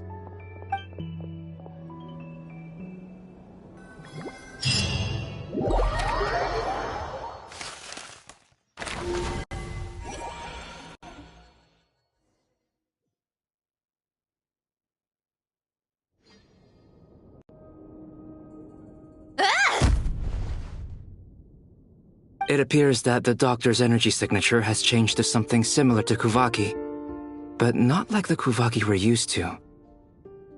Nod-Krai's Kuvaki devices will only have a limited effect on it. I can see why you've chosen to place your hopes in alchemy instead. Also, I must say these books are rather profound. My subordinates just shipped them in from Fontaine. Some of them are from the Narcissenkreuz Ordo. Some are incident reports from Petrichor, and then there's a few test reports for these junk machines. Additionally, after some further scanning, I've discovered something extremely annoying. What's that? Teyvat's skies contain multiple moons. A long time ago, when I did my first scan, I detected 3, just as the legends say. But when I checked again just now, I detected 4 moons. So there's one extra? Yeah. Originally, I thought that if I could still find 3 moons, That would at least mean Columbina's still alive. But then it occurred to me that apart from the Frost Moon, Tevat's moons are just husks. And husks surely shouldn't show up in the scan, since they're not alive. It's weird, isn't it? If we can't even distinguish between a dead and a living moon, how are we supposed to know whether a moon goddess is still alive? Or does this mean that the moon marrows are equivalent to the moons themselves? It's certainly possible. In which case, the fourth moon you detected may be Dottore artificial creation. So he wasn't bluffing. He really built his own moon marrow. Ugh! I'm so mad right now! It's easy to get overwhelmed when you have too much on your plate. Maybe you need to relax. Perhaps try going for a walk, or simply take a few deep breaths. Nothing can calm me down at a time like this. I need more time, and I need progress.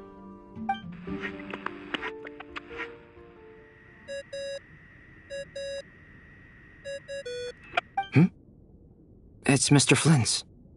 I really hate that ringing tone. Ugh. First the 4 orthants of the Narcissenkreuz, then moon marrows. Now what? Oh, sorry if we're disturbing you. Might I ask what's troubling you? What do you want? We're busy. Are you still at the Curatorium of Secrets? Yeah. Look, everyone else is still out, so there's no hurry. Plus, I'm busy, so I would appreciate if you gave me some space. Even though we have crucial intel to share? Fine, I'm listening. Do you intend to share it via the Dodo communication device? Ordinarily, I would, but this is a unique situation. I think it's best that we discuss it in person. See you at the Curatorium.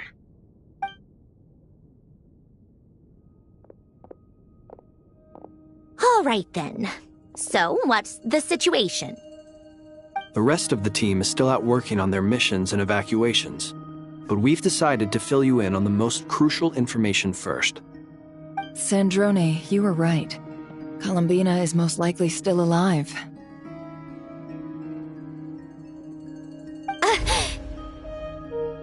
That's the best news we've received in a while, by a long way.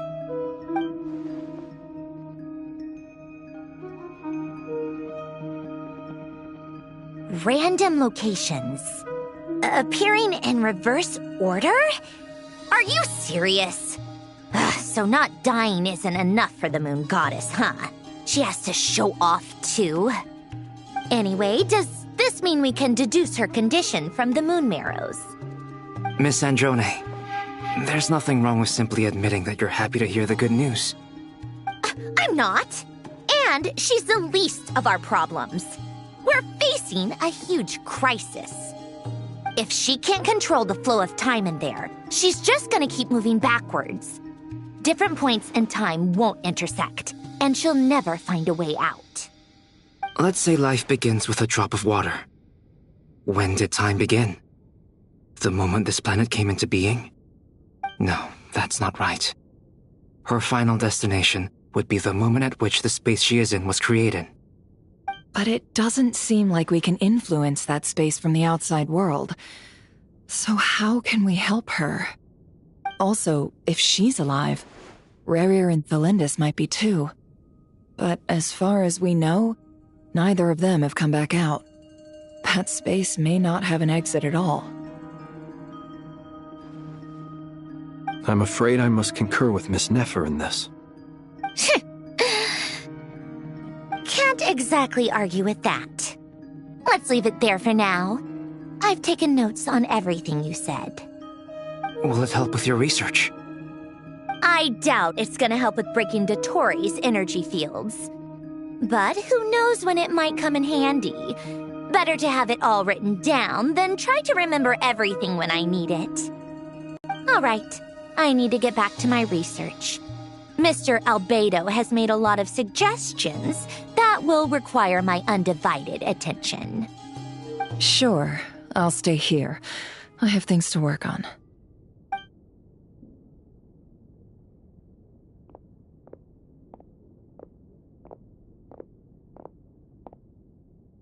Paimon, are you there? Oh, right. She went with Varka to Natlan, didn't she? Good thing we've moved her and the Traveler's luggage in here. Speaking of the Traveler, where could they be? There's a note from Paimon. Paimon here. Not in at the moment, but if anyone needs to borrow her stuff or the Travelers, go ahead and help yourself. Paimon won't be mad. Also, Traveler, if you get back before Paimon, make sure to get some rest. Paimon misses you a lot, but put your health first, alright? How sweet. Well, since you offered, Paimon, don't mind if I do.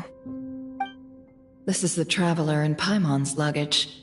All the items they use day to day are here. It's well organized. I wonder which of them is responsible for that.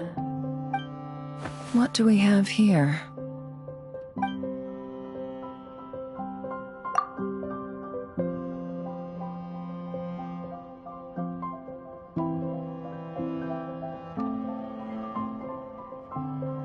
The camera captured a special moment that can only occur between people who are close to one another.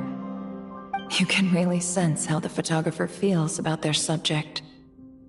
I wonder why this picture was placed outside. Is it because Paimon recently looked at it?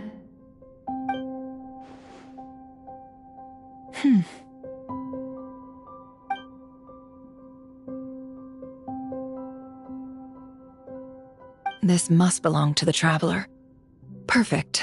I'll use this. Hang in there. We'll find you.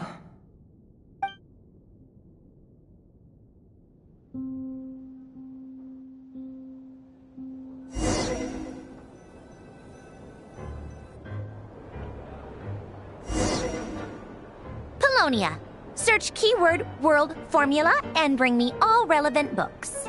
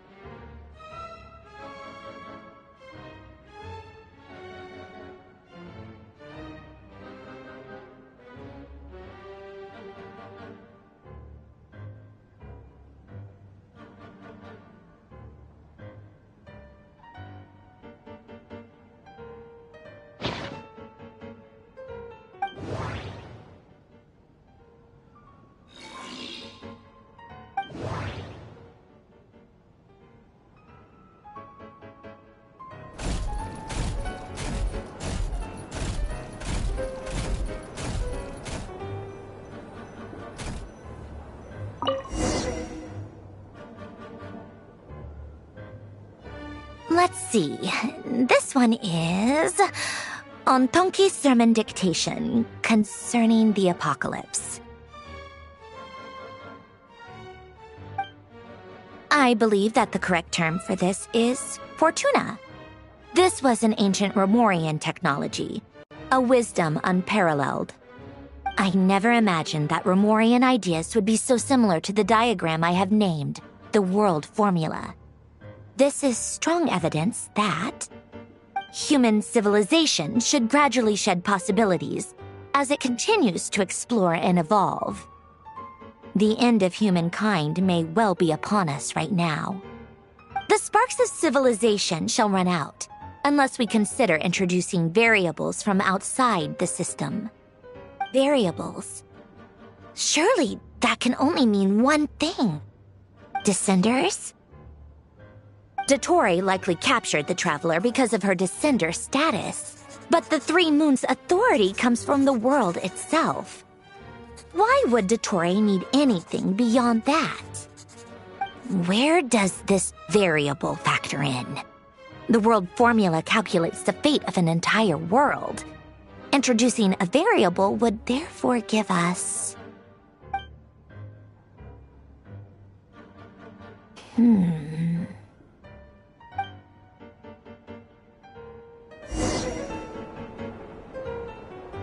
Polonia, search keyword pathway and bring me all relevant books.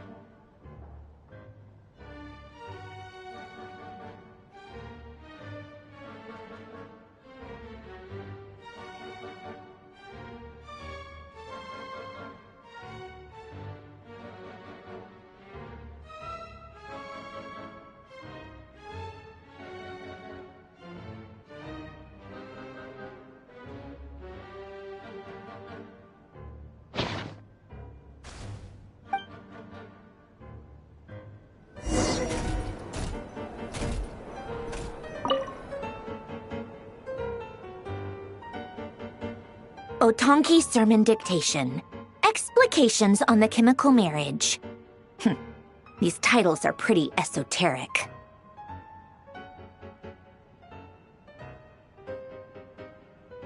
Observe and compute the pathway displayed in the guidance diagram. Deconstructing and reversing its effects could generate potential ideas. So, it's one of Renee's draft lectures. Deconstructing the pathway. I suppose that could lead to a breakthrough.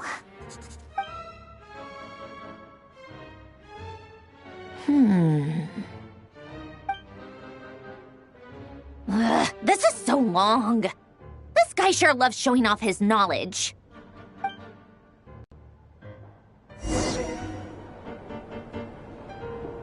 Polonia. Search keyword tree model and bring me all relevant books.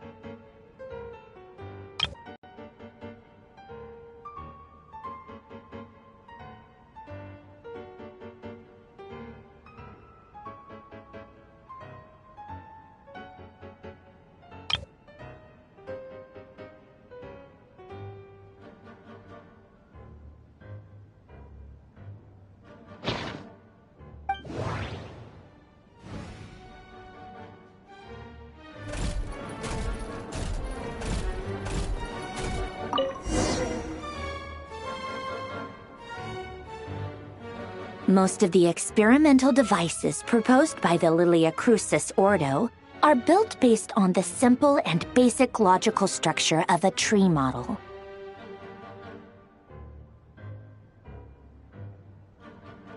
Lilia Crucis. Guess they were trying to cover up the name of the Nod-Krai Ordo? When Duke St. Germanus departed, he said, "It seems that there's no going back." Alas, he is only a genius when it comes to machines. In all other things, he is but ordinary. Excuse me? I'm sorry. That's just ridiculous. What kind of book is this?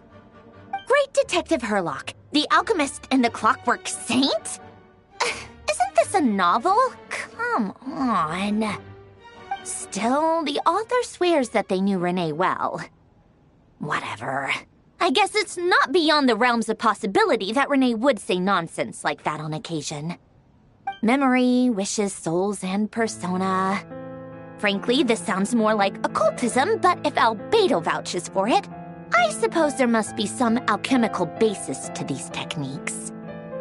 The way Alain Guillotin saw it, the world was comprised of machines. The universe needed machines, and thus his technologies were created. That's why I was born. René, his full name was René de Petrichor, if I recall correctly. Sounds like he and the town must be intricately connected. That place was also the source of most of our information regarding Remurian civilization. Seems like some of his projects were based on their technology. The cutting of souls and storing them in vessels. These seemingly unrelated techniques underpinned René's research. Assuming that the four orthants correspond to alchemical categories. The chemical marriage model? Alain would have scoffed at that. He never would have let those theories or parameters anywhere near his mathematical formulas.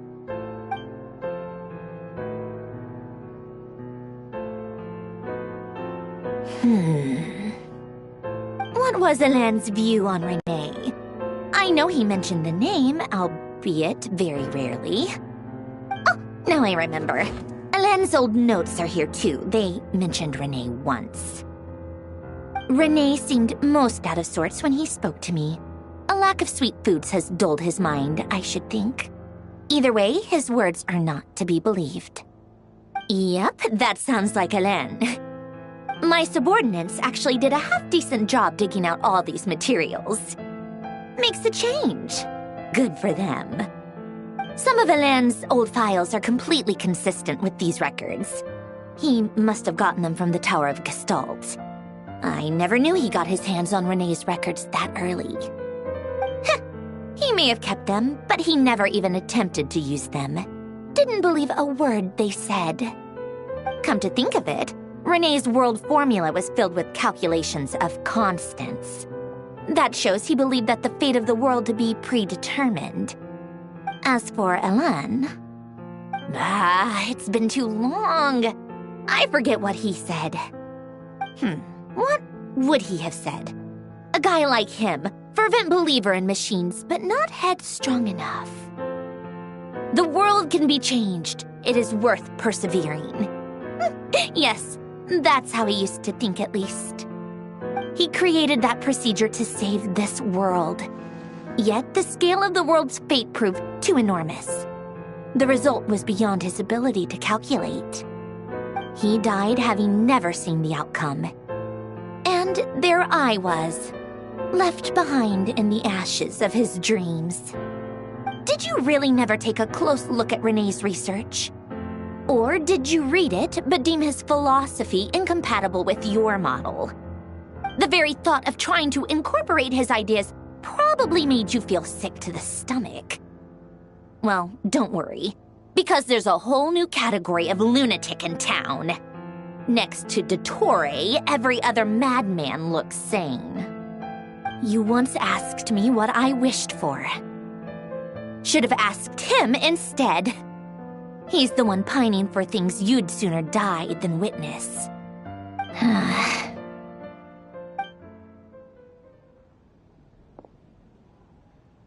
Even the tiniest variable can make big waves in the present. Now then, allow me to put these incompatible fragments together in your stead. First, establish and verify the existence of the Great Circle.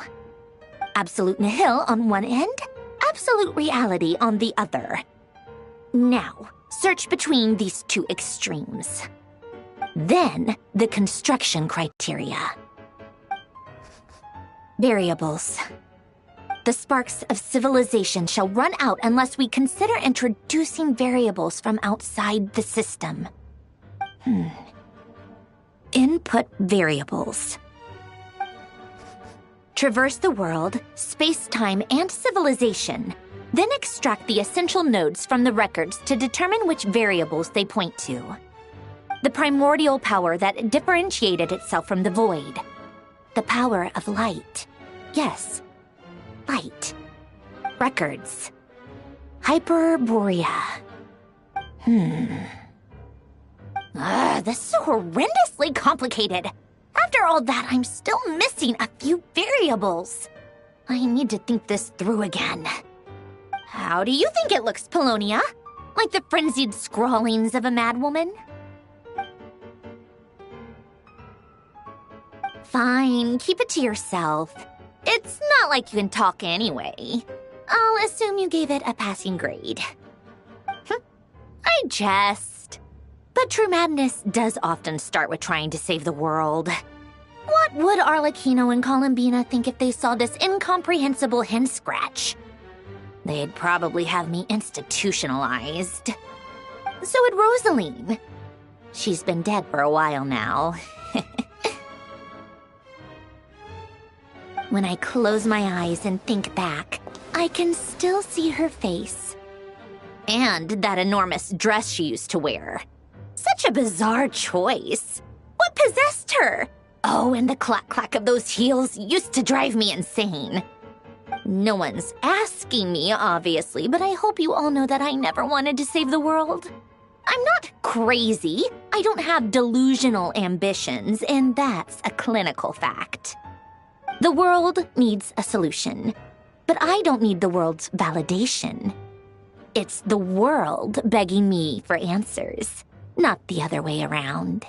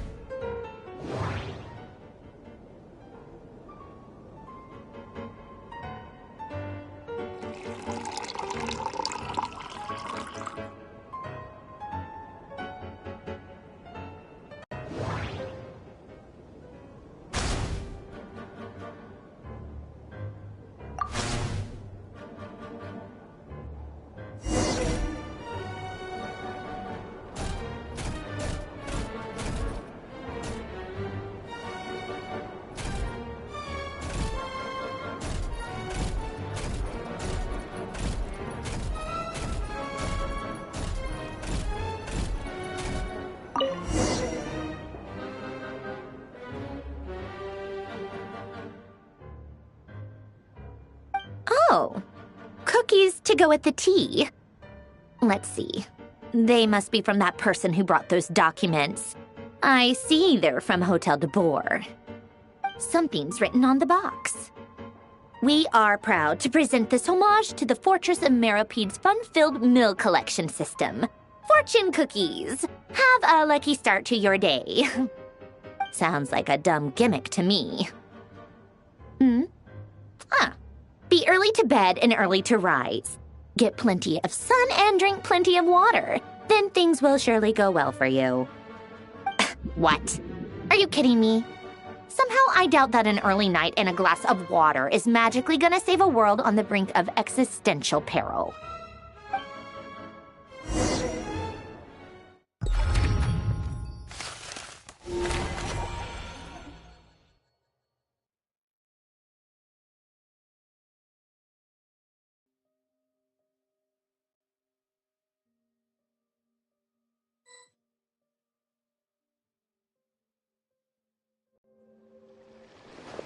Lady Arlecchino, word has reached us that Lady Marionette's troops are all in position. They are ready to act as soon as the order is given. Excellent. The only thing is, they are fewer in number than we expected. It looks like many of them must have lost their lives at the hand of the monsters released by the Doctor. Can't be helped. Allow them to join our ranks, and keep in contact. As you wish.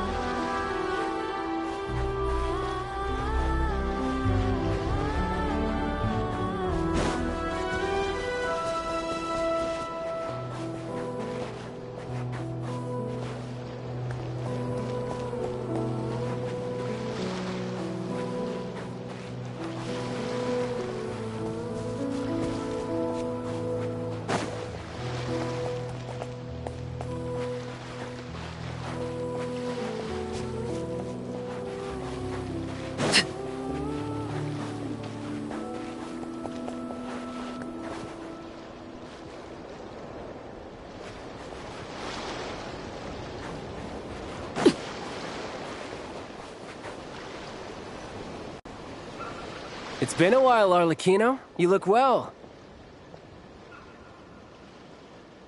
Did Dottore really have to build his lab right on the sole path between Snezhnaya and Nod-Krai?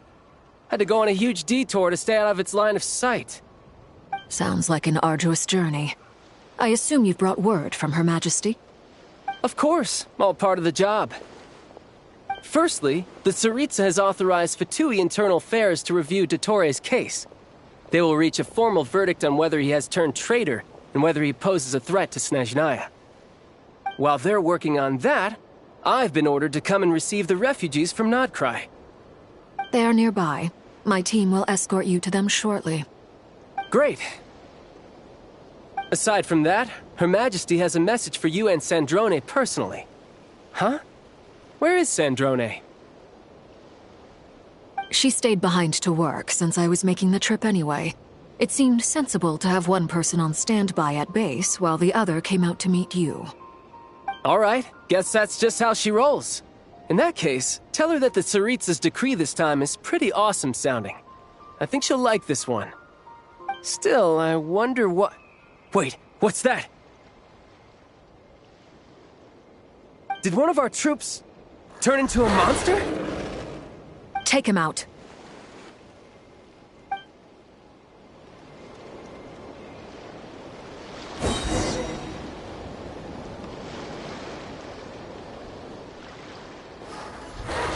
Overruled! Riptide! No time to lose.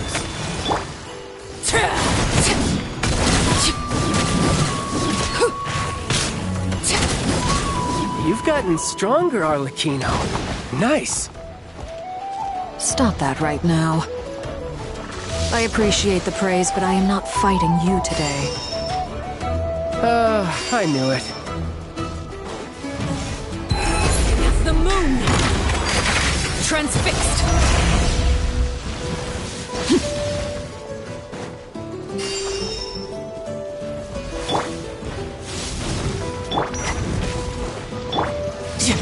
You're mine! Yeah! Yeah!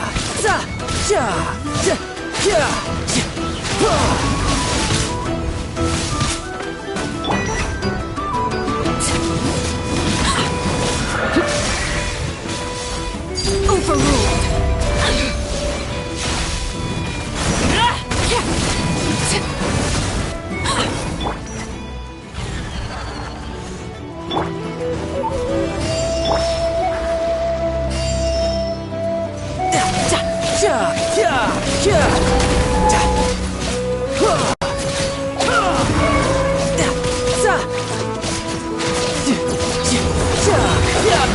yourself! This is gonna hurt!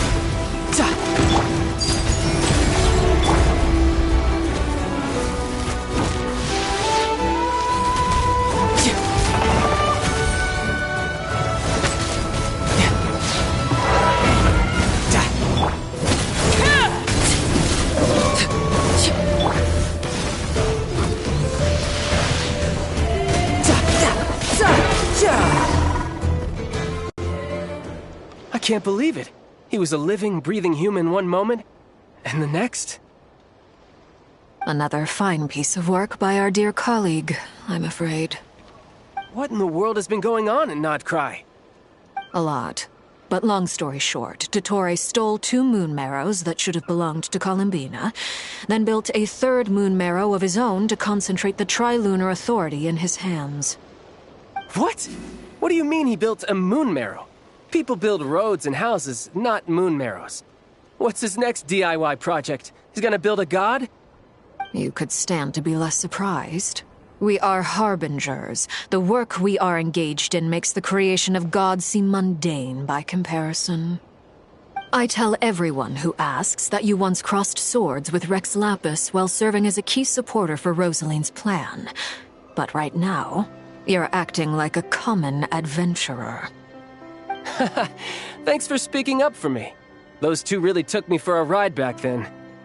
Then again, surely no common adventurer would manage to get tangled up with them the way I did. That's gotta count in my favor, right? It almost sounds like you wish to repeat the experience. I might have to lower my opinion of you. No. I'll stop talking. Please, go on. Dottore is currently still experimenting with his newfound power in ways that continue to corrode the outside world. As for the human mutation, I believe this is simply a consequence of his experiments, and not a strategic move.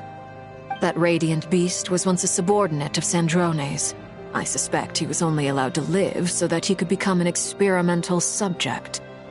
Also, those of us who fought Dottore have been afflicted with a curse. As such, I cannot leave Nod-Krai. This is so much worse than I thought. No wonder Her Majesty's decree is so extreme. While these exceptional circumstances persist, the Harbingers are hereby authorized to use unilateral executive powers. Should Dottore pose a threat, Arlecchino and Sandrone are permitted to eliminate him. My thanks to Her Majesty. I will pass these good tidings on to Sandrone. Her Majesty has also declared that she will refrain from launching an attack on the now evacuated Nod-Krai due to the presence of unretrieved research material. A wise decision. By the way, how's my old partner doing? I'm assuming they're with you? Partner? You mean the Traveler? I'm afraid I have bad news. She was captured after our failed assault on Dottore's lab. Her whereabouts are currently unknown. What? Why? Since when does Dottore have a bone to pick with her? That is indeed the question. I'm not sure he does. He must have some other goal in mind. This won't do. I have to rescue her. You can't. We have no idea where the Traveler is. What am I supposed to do then? Stand here twiddling my thumbs? Sandrone is working on it. The best thing you can do right now is complete your mission. Fine. I guess I'll leave this to you then. One last thing. Tell the Rooster to get the message out to the gods and citizens of every nation in Teyvat. Beware. An uncontrollable pollution is spreading forth from Nod-Krai. The source of that pollution is a madman drunk on the success of his experiments. The Fatui and our allies will endeavor to contain the threat. However, if Nod-Krai falls, things are likely to escalate. Considering Dottore is one of our own, all Fatui stationed in Nod-Krai consider it our duty to stay and fight him to the bitter end. Whatever the cost. Hey, don't be too pessimistic. If it comes to it, I'm sure Her Majesty won't stand by and do nothing.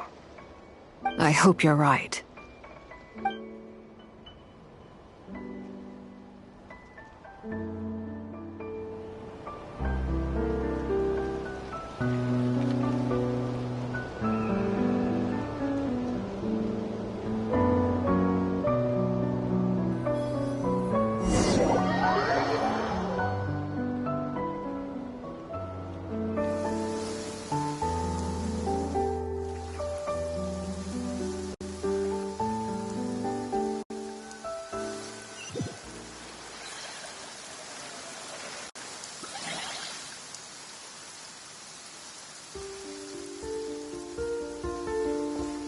You're right on time.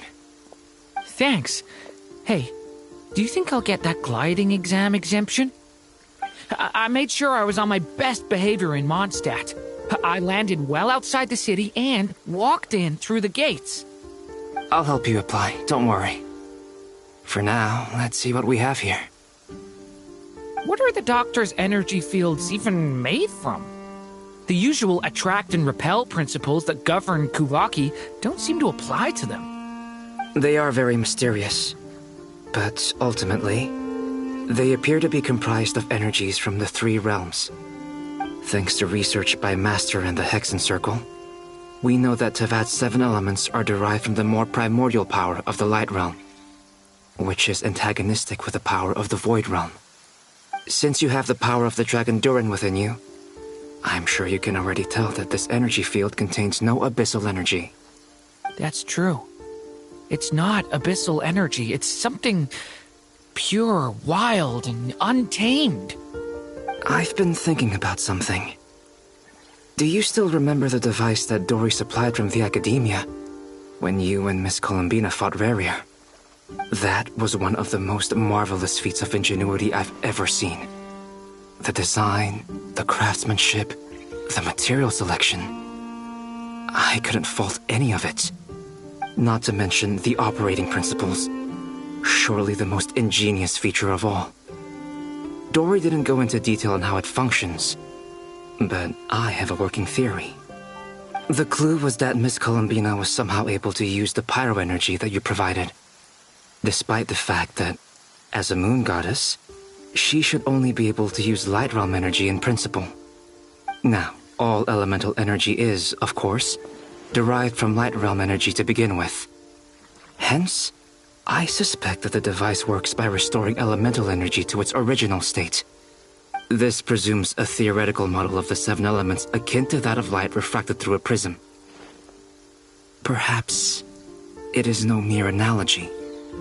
Maybe there is indeed a prism in this model. I almost wonder if the idea for the device was conceived based on direct observations of said prism. It would explain how such an ironclad design concept was achieved. It is at once a masterwork of engineering and a groundbreaking application of the Academia's latest elemental theories. I suspect only Lesser Lord Kusanali herself could have devised such an ambitious technology. But back to the energy field before us. If this is pure Light Realm energy, its relation to elemental energy is one of integration versus division. Or you could say that the former contains the latter. Could this mean that elemental energy can dilute the power of the Light Realm? Should we give it a try? We should.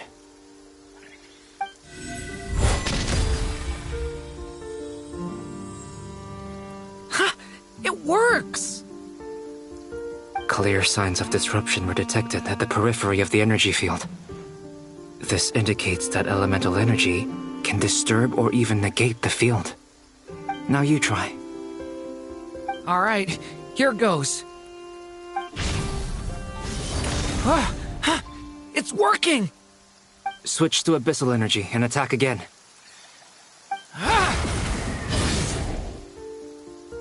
No surprises there.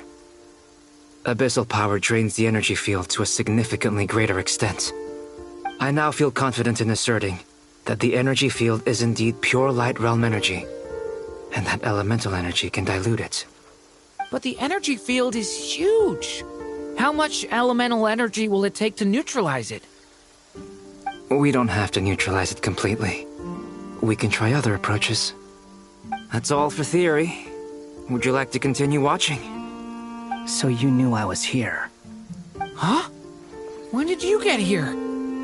A while ago. But Albedo sounded like he was working on his thesis defense back there. Back in Sumeru. You can end a person's whole career by interrupting them mid-speech. Very thoughtful of you. I'm truly touched. Could I ask you to lend me a hand? With what? A little test. Try using Anima to unleash a concentrated assault with circular blades, with the goal of breaking through at a singular point. Nice! This time it tore through the field. Tremendous. This is a major breakthrough. Should we go through? We probably shouldn't risk having mutually antagonistic energies in such close proximity. Durin, you stay here and watch the entrance. Hat Guy and I will go in to investigate. Sounds sensible to me. Keep your eyes peeled, Durin. Don't worry, I got this. You two be careful in there. Just give me the signal if you need help, and I'll dive right in. What do you mean, signal? It's based on a new alchemical concoction I developed last month. When 2 bottles of it are smashed on the ground together, they emit a blinding burst of light. If it comes to that, remember to shield your eyes with your hat. Glad I asked. Thanks for the heads up.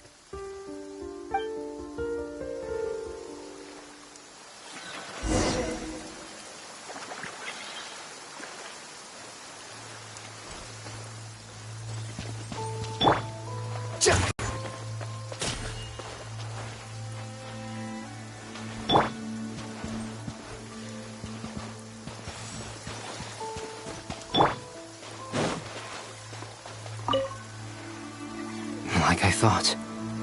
Beyond a certain distance, we can't see the opening where we came in. Maybe that's to prevent people from escaping. Sounds like Dottore style to me.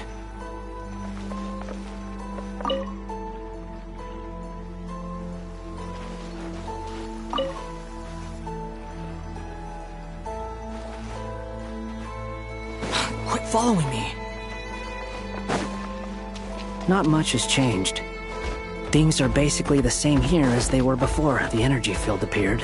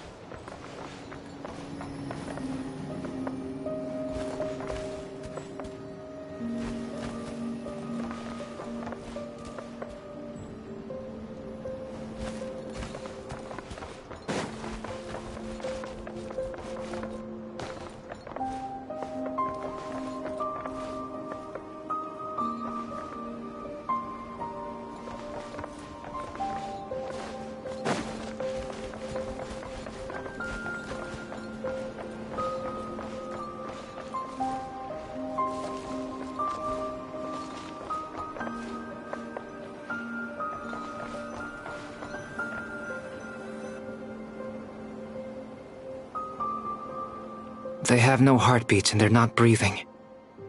We can only assume they're dead. But there are no visible wounds. Also, there's an animal squatting next to each body. It's watching us. That's not an animal's gaze. What are you trying to tell us? Doesn't seem eager to talk. I guess maybe it's just an animal after all. Let's keep looking around.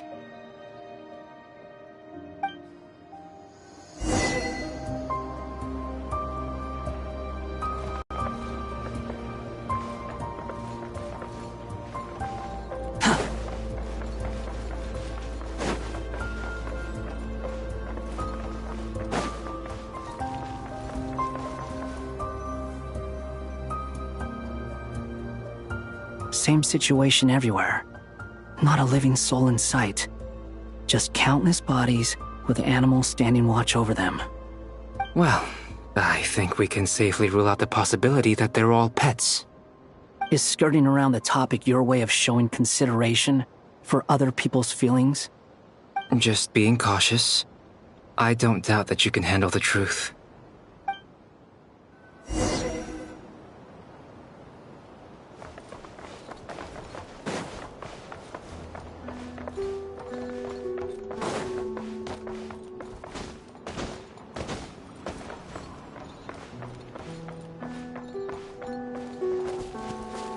Careful.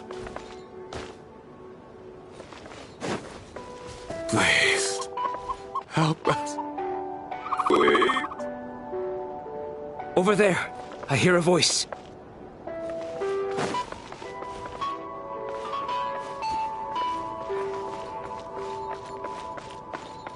Quit following me.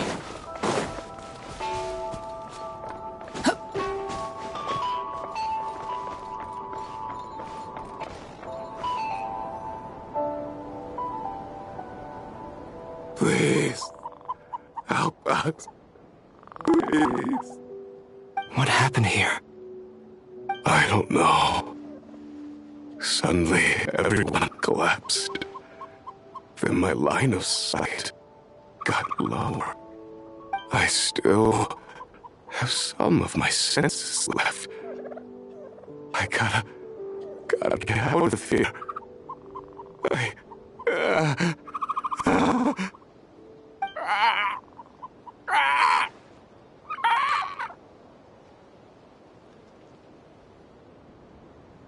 It looks like there's a huge experiment going on inside this energy field.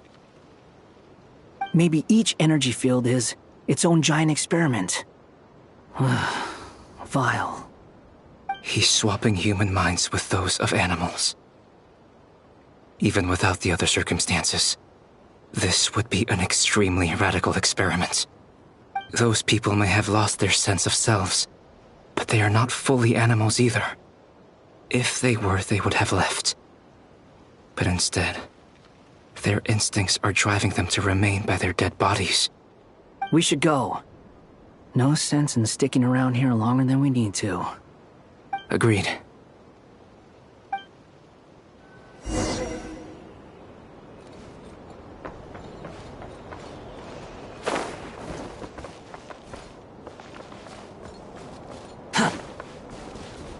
Squall and Fury!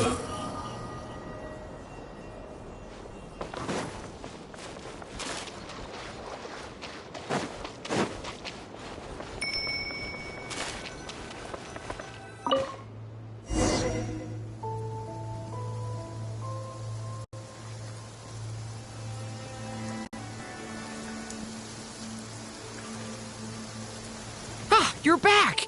Everything okay? We saw some things that take a strong stomach. Otherwise, we're fine. We should share our findings with the others.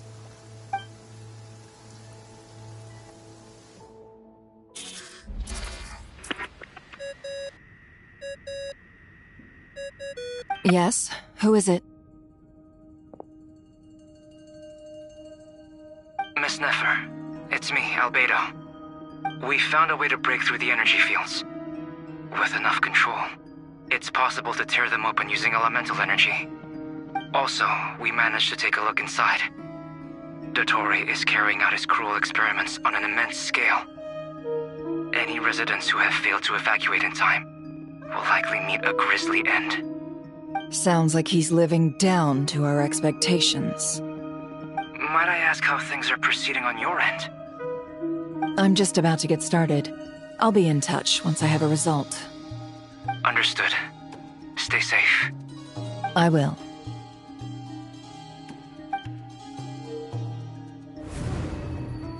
Well, Nefer, I'll link up with you once my tasks are complete.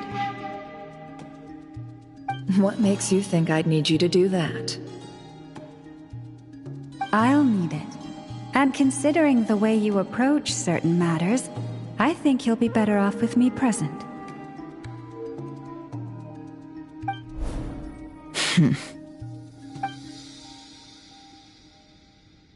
Let's begin. Entering simulation mode.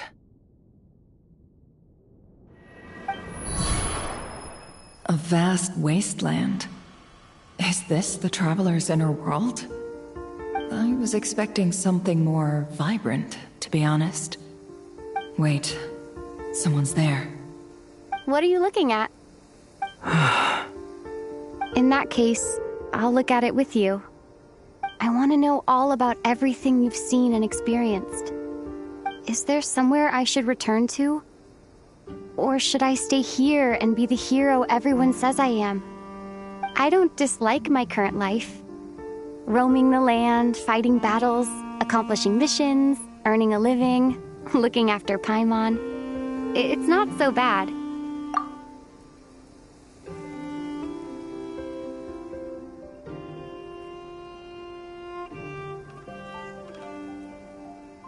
I guess the only thing that's missing is that you're not here with me.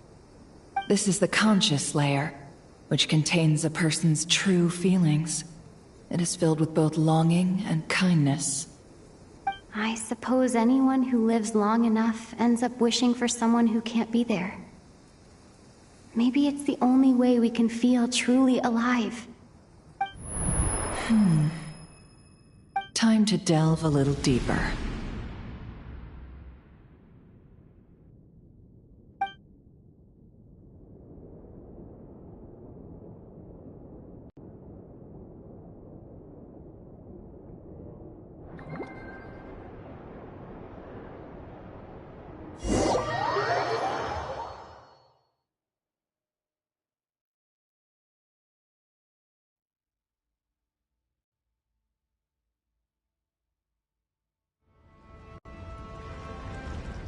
Nasha Town is hardly the optimal choice for a place to live, but it has character and a reasonable population density. What are you trying to say? Oh, don't be nervous. I was just thinking where might make a good starting point for your journey. Perhaps I should send you further afield. Conria, perhaps. Conria ceased to exist long ago. Once again, you fail to understand the possibilities that the Tri-Lune creates. Anything that has existed in the past, I can now recreate. You simply do not wish to see that happen. That might be because you miss your sibling and fear getting answers that you are not ready to learn. But this is not for me to judge. If we are to collaborate, we need to maintain an amicable relationship. In a moment, you will be able to... Oh no. What are you...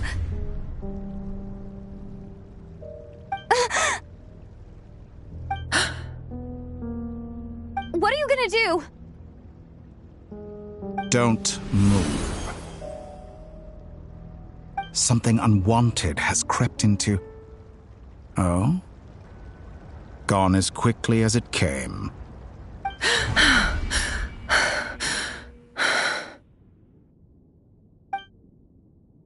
Did you save me? If I hadn't cut the connection, Dottore might have caught you from the other side and destroyed you. This was a good idea, but once is plenty. You were exceptionally brave. Excellent work. Thanks, but now's not the time for that.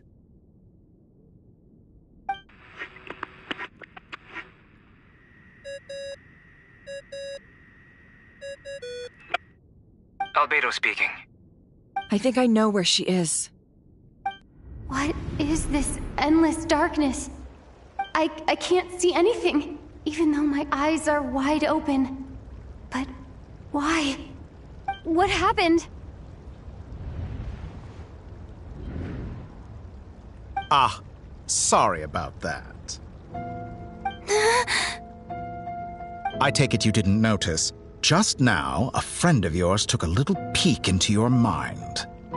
Could it be Nefer? How did she do it?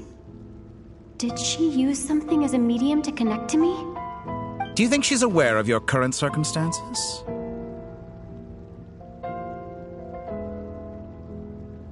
Oh dear. Have I stunned you into silence? I only wanted to slow down your time a little so I could stop your intruder in her tracks. It would have been nice to capture the spy.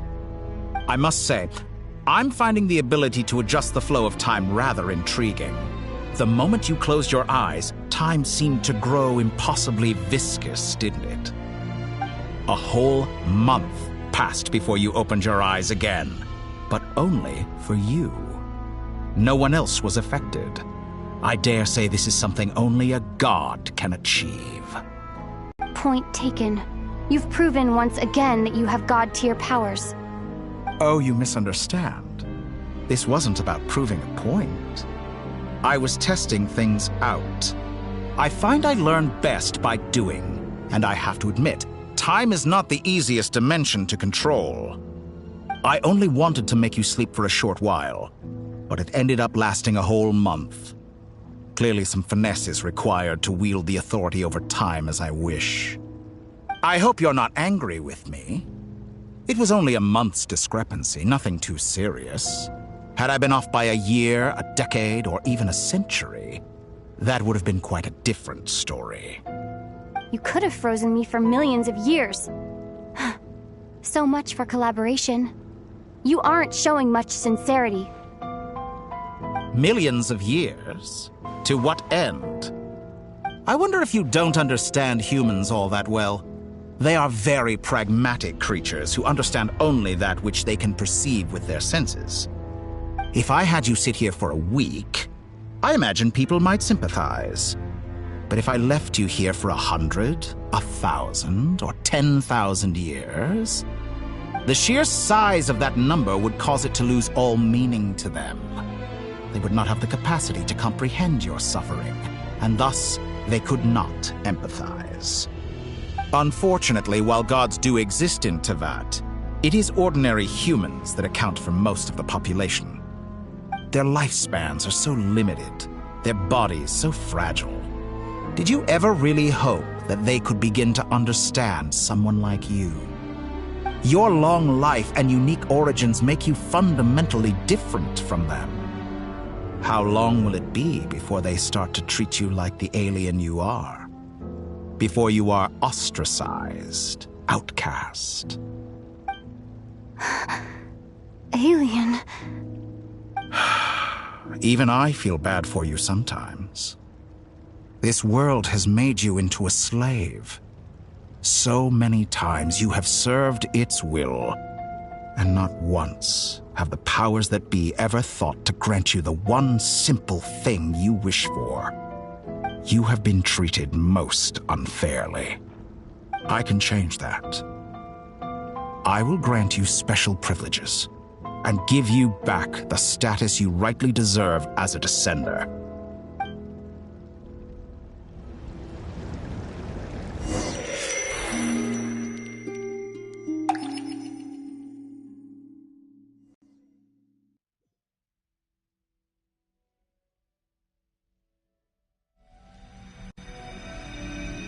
I've entered the past 3 times at this point, but I still have so many questions. For instance, beyond each point being further back in time than the last, what determines the specific locations at which I can make entry? So far, the common thread linking all 3 scenarios is that the Traveler has been present. But it's more than that. I know I sensed something familiar around her. What was it? I'll keep this question in mind as I carry on.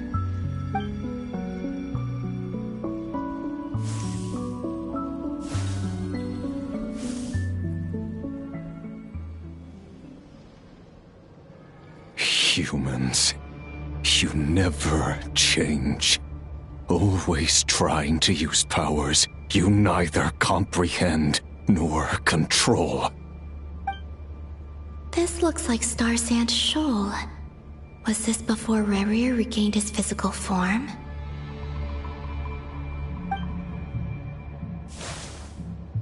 You've messed with the cannon again, huh? Sorry, but this round's not gonna go your way. The cannon. That's right. I was at Silvermoon Hall and I sensed an abnormal Kuvaki fluctuation coming from Nasha Town.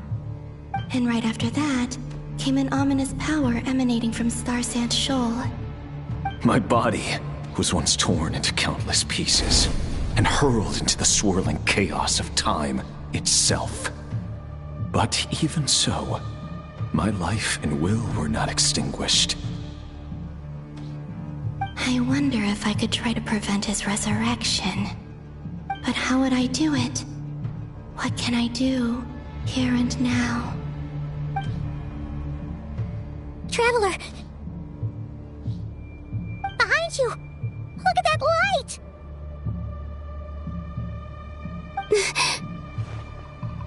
No, I won't make it in time. She's using the Kuvaki shield like I taught her. Is she gonna use it to block the cannon's beam?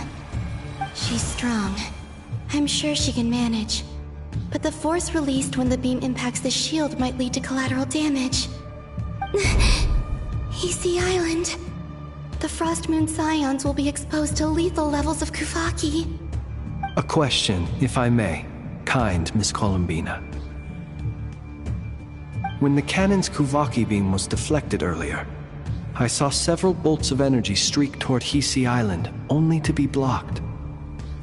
Did you also have a hand in that? Maybe that really was me after all. Well, future me. But I don't know if I have enough power left.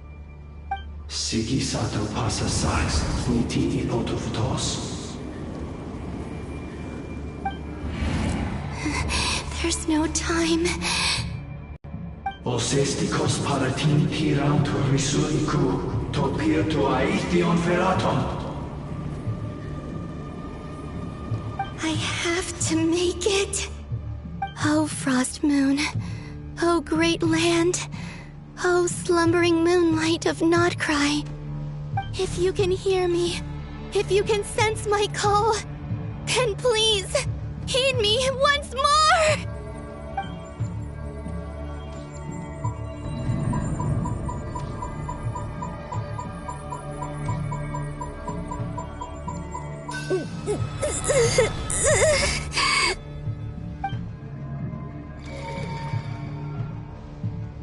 Did it work?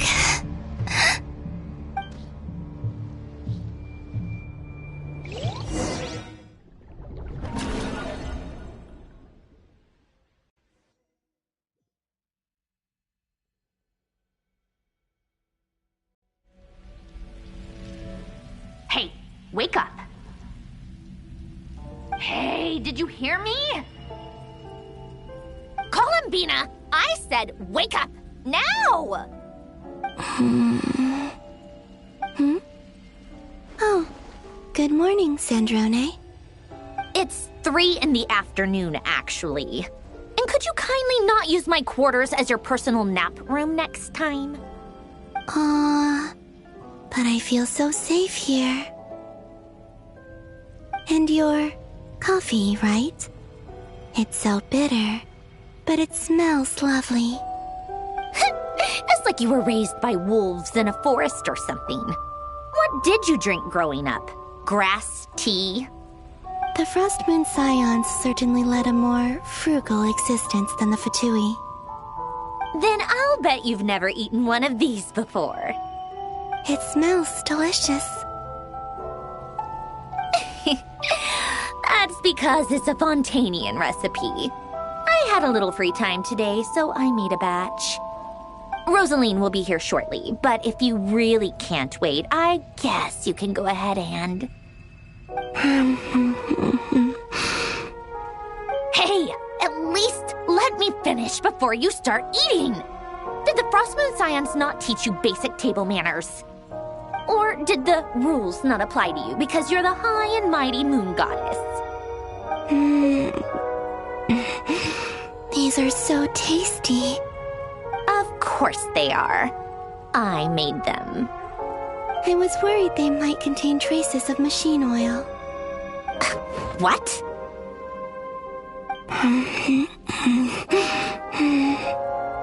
You know, there's something I've always wanted to ask you. Why did you leave your old home and join the Fatui? I mean, I'm sure their food was awful. But there's gotta be more to it than that.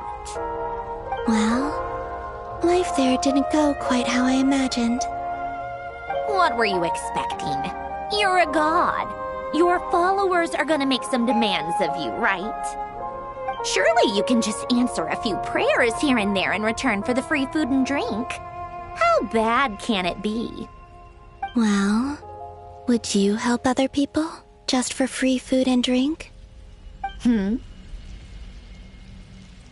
doctor told me that you were created by a great mechanic, Lord something Fisher. The Lord Artificer. Ugh, some people can't keep their mouths shut. Oh, Lord Artificer.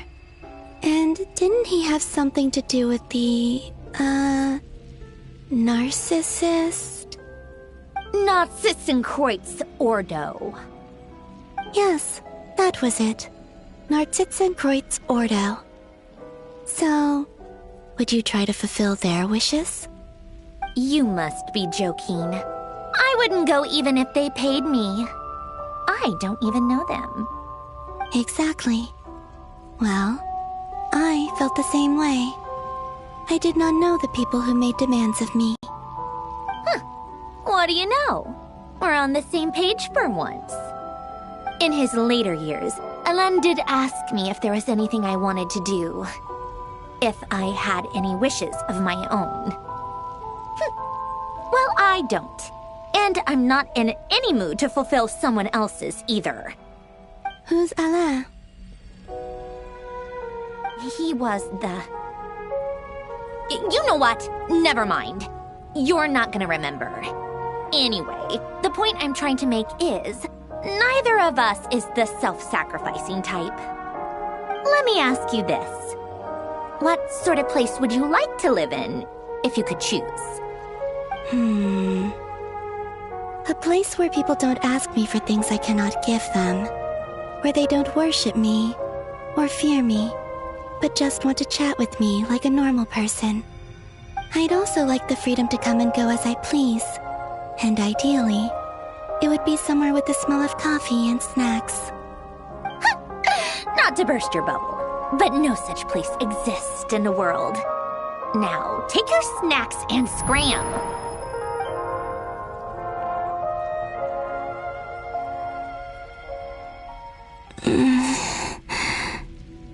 Did I pass out?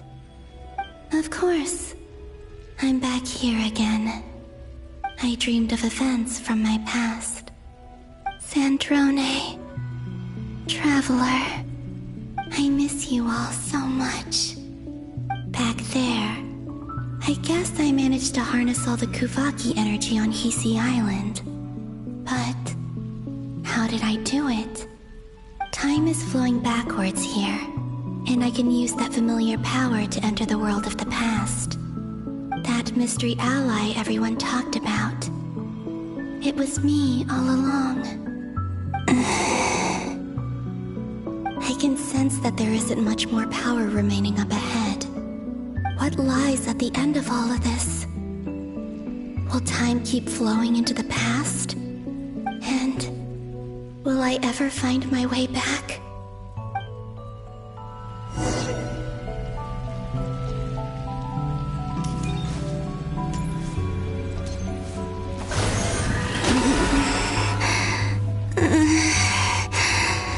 It's getting harder and harder to use my power.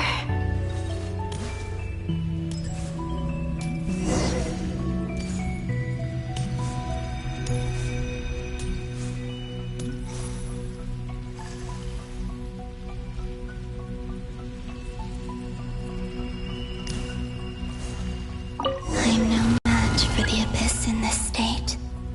I need to avoid the contaminated fragments.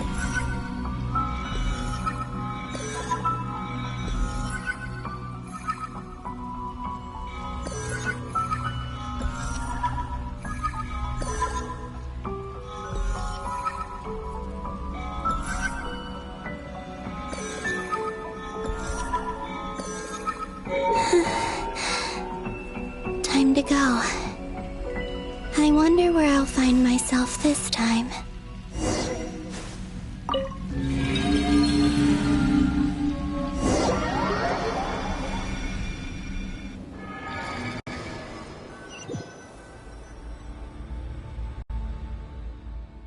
The Final Night Cemetery. This is where Flint's is based.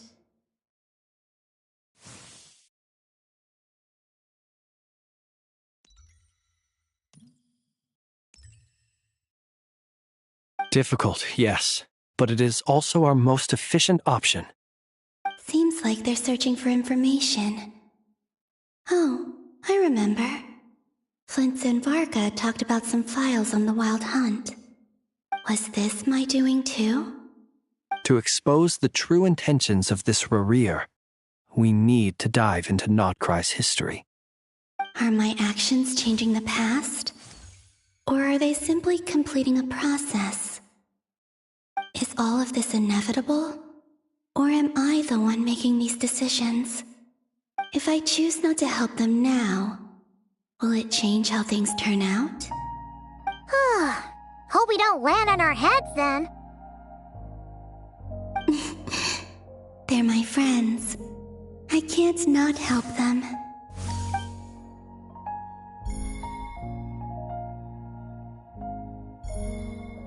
Ghost! And the other one was... here. Hey! Another file's moving!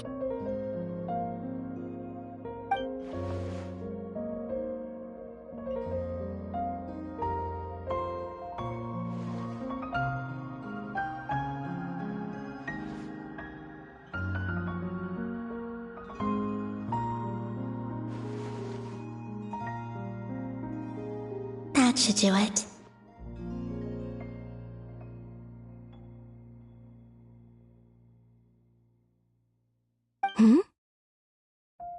Luanatar? You can sense my presence? Wait!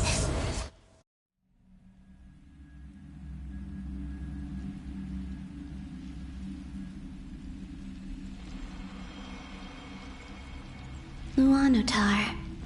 So she's that familiar presence I've been sensing all along. She's always been by the Traveler's side. That explains why the Traveler has been there each time I've entered the past. But why Luanatar? Is it because she has a connection to me as the Moon Goddess's familiar? If so, why not any other Kuhenki? That's...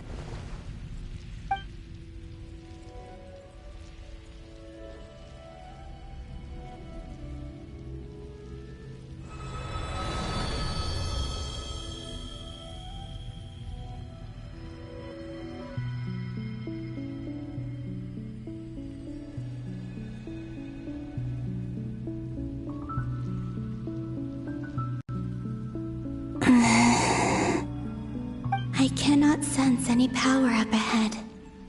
Just a void, stretching out into infinity. This is likely my final chance to enter the past. It's now or never. I have to find a way back.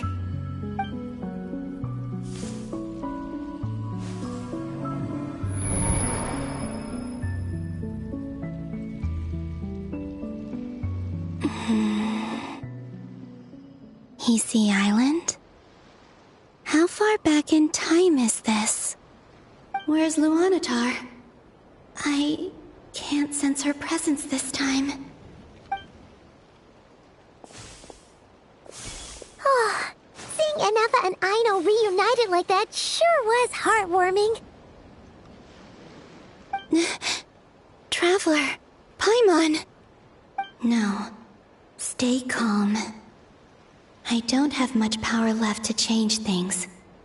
I don't even have that much time left here. Think, Columbina. How do I find a way back? A way back... to where? Do I go back to Moon Prayer Night?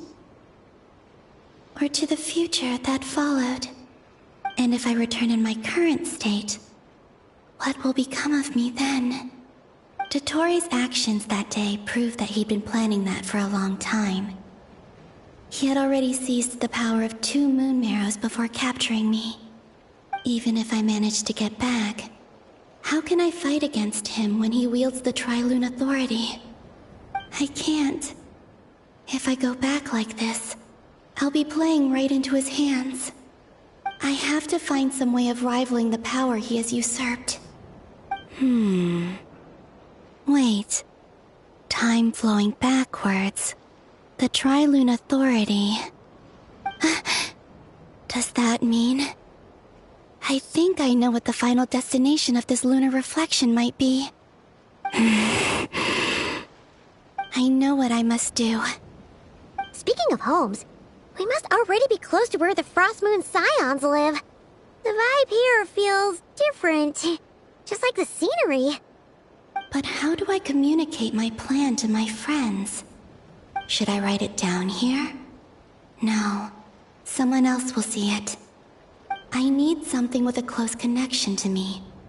Something I can use as a medium to tell them what's happened to me in here.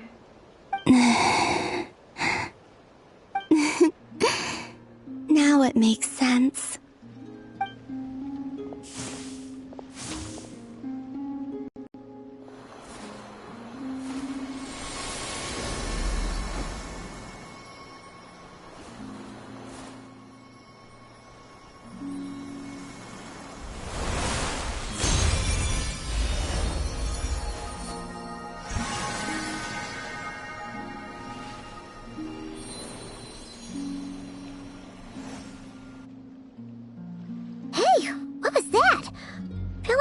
Sort of breeze blew by, and then the petals suddenly turned into...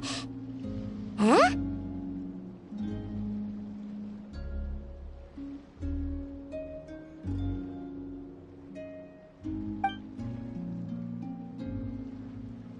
It was I who brought Luanatar into being. I gave up a piece of my own soul to create her. That's why I could sense a familiar power from the moment I entered this space. It also explains why she's been present in every past location that I've entered. Because we have a deep connection. Hey there! What's your name? And the reason why there are no more gates to the past after this point is that Luanatar hadn't been born then. No wonder I sensed the trace of a blessing when we first met. But I still didn't recognize the soul hidden within you. Back then, I was just a little lost dove. I had yet to become Columbina Hyposelenia. Go on now. We've got stuff to do. Best you find someone else to hang out with. Hey, you scared it off. I'll be counting on you. Remember to stay by the traveler's side, guide her, and help her in my stead. Oh, and bring her to the garden where the moon prayer blossoms grow. There's a little lost dove there who will need her help.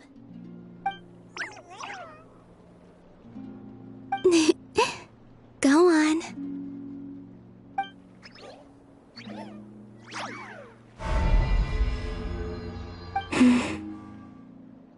You too. Go and live your story. As for mine must go in a different direction.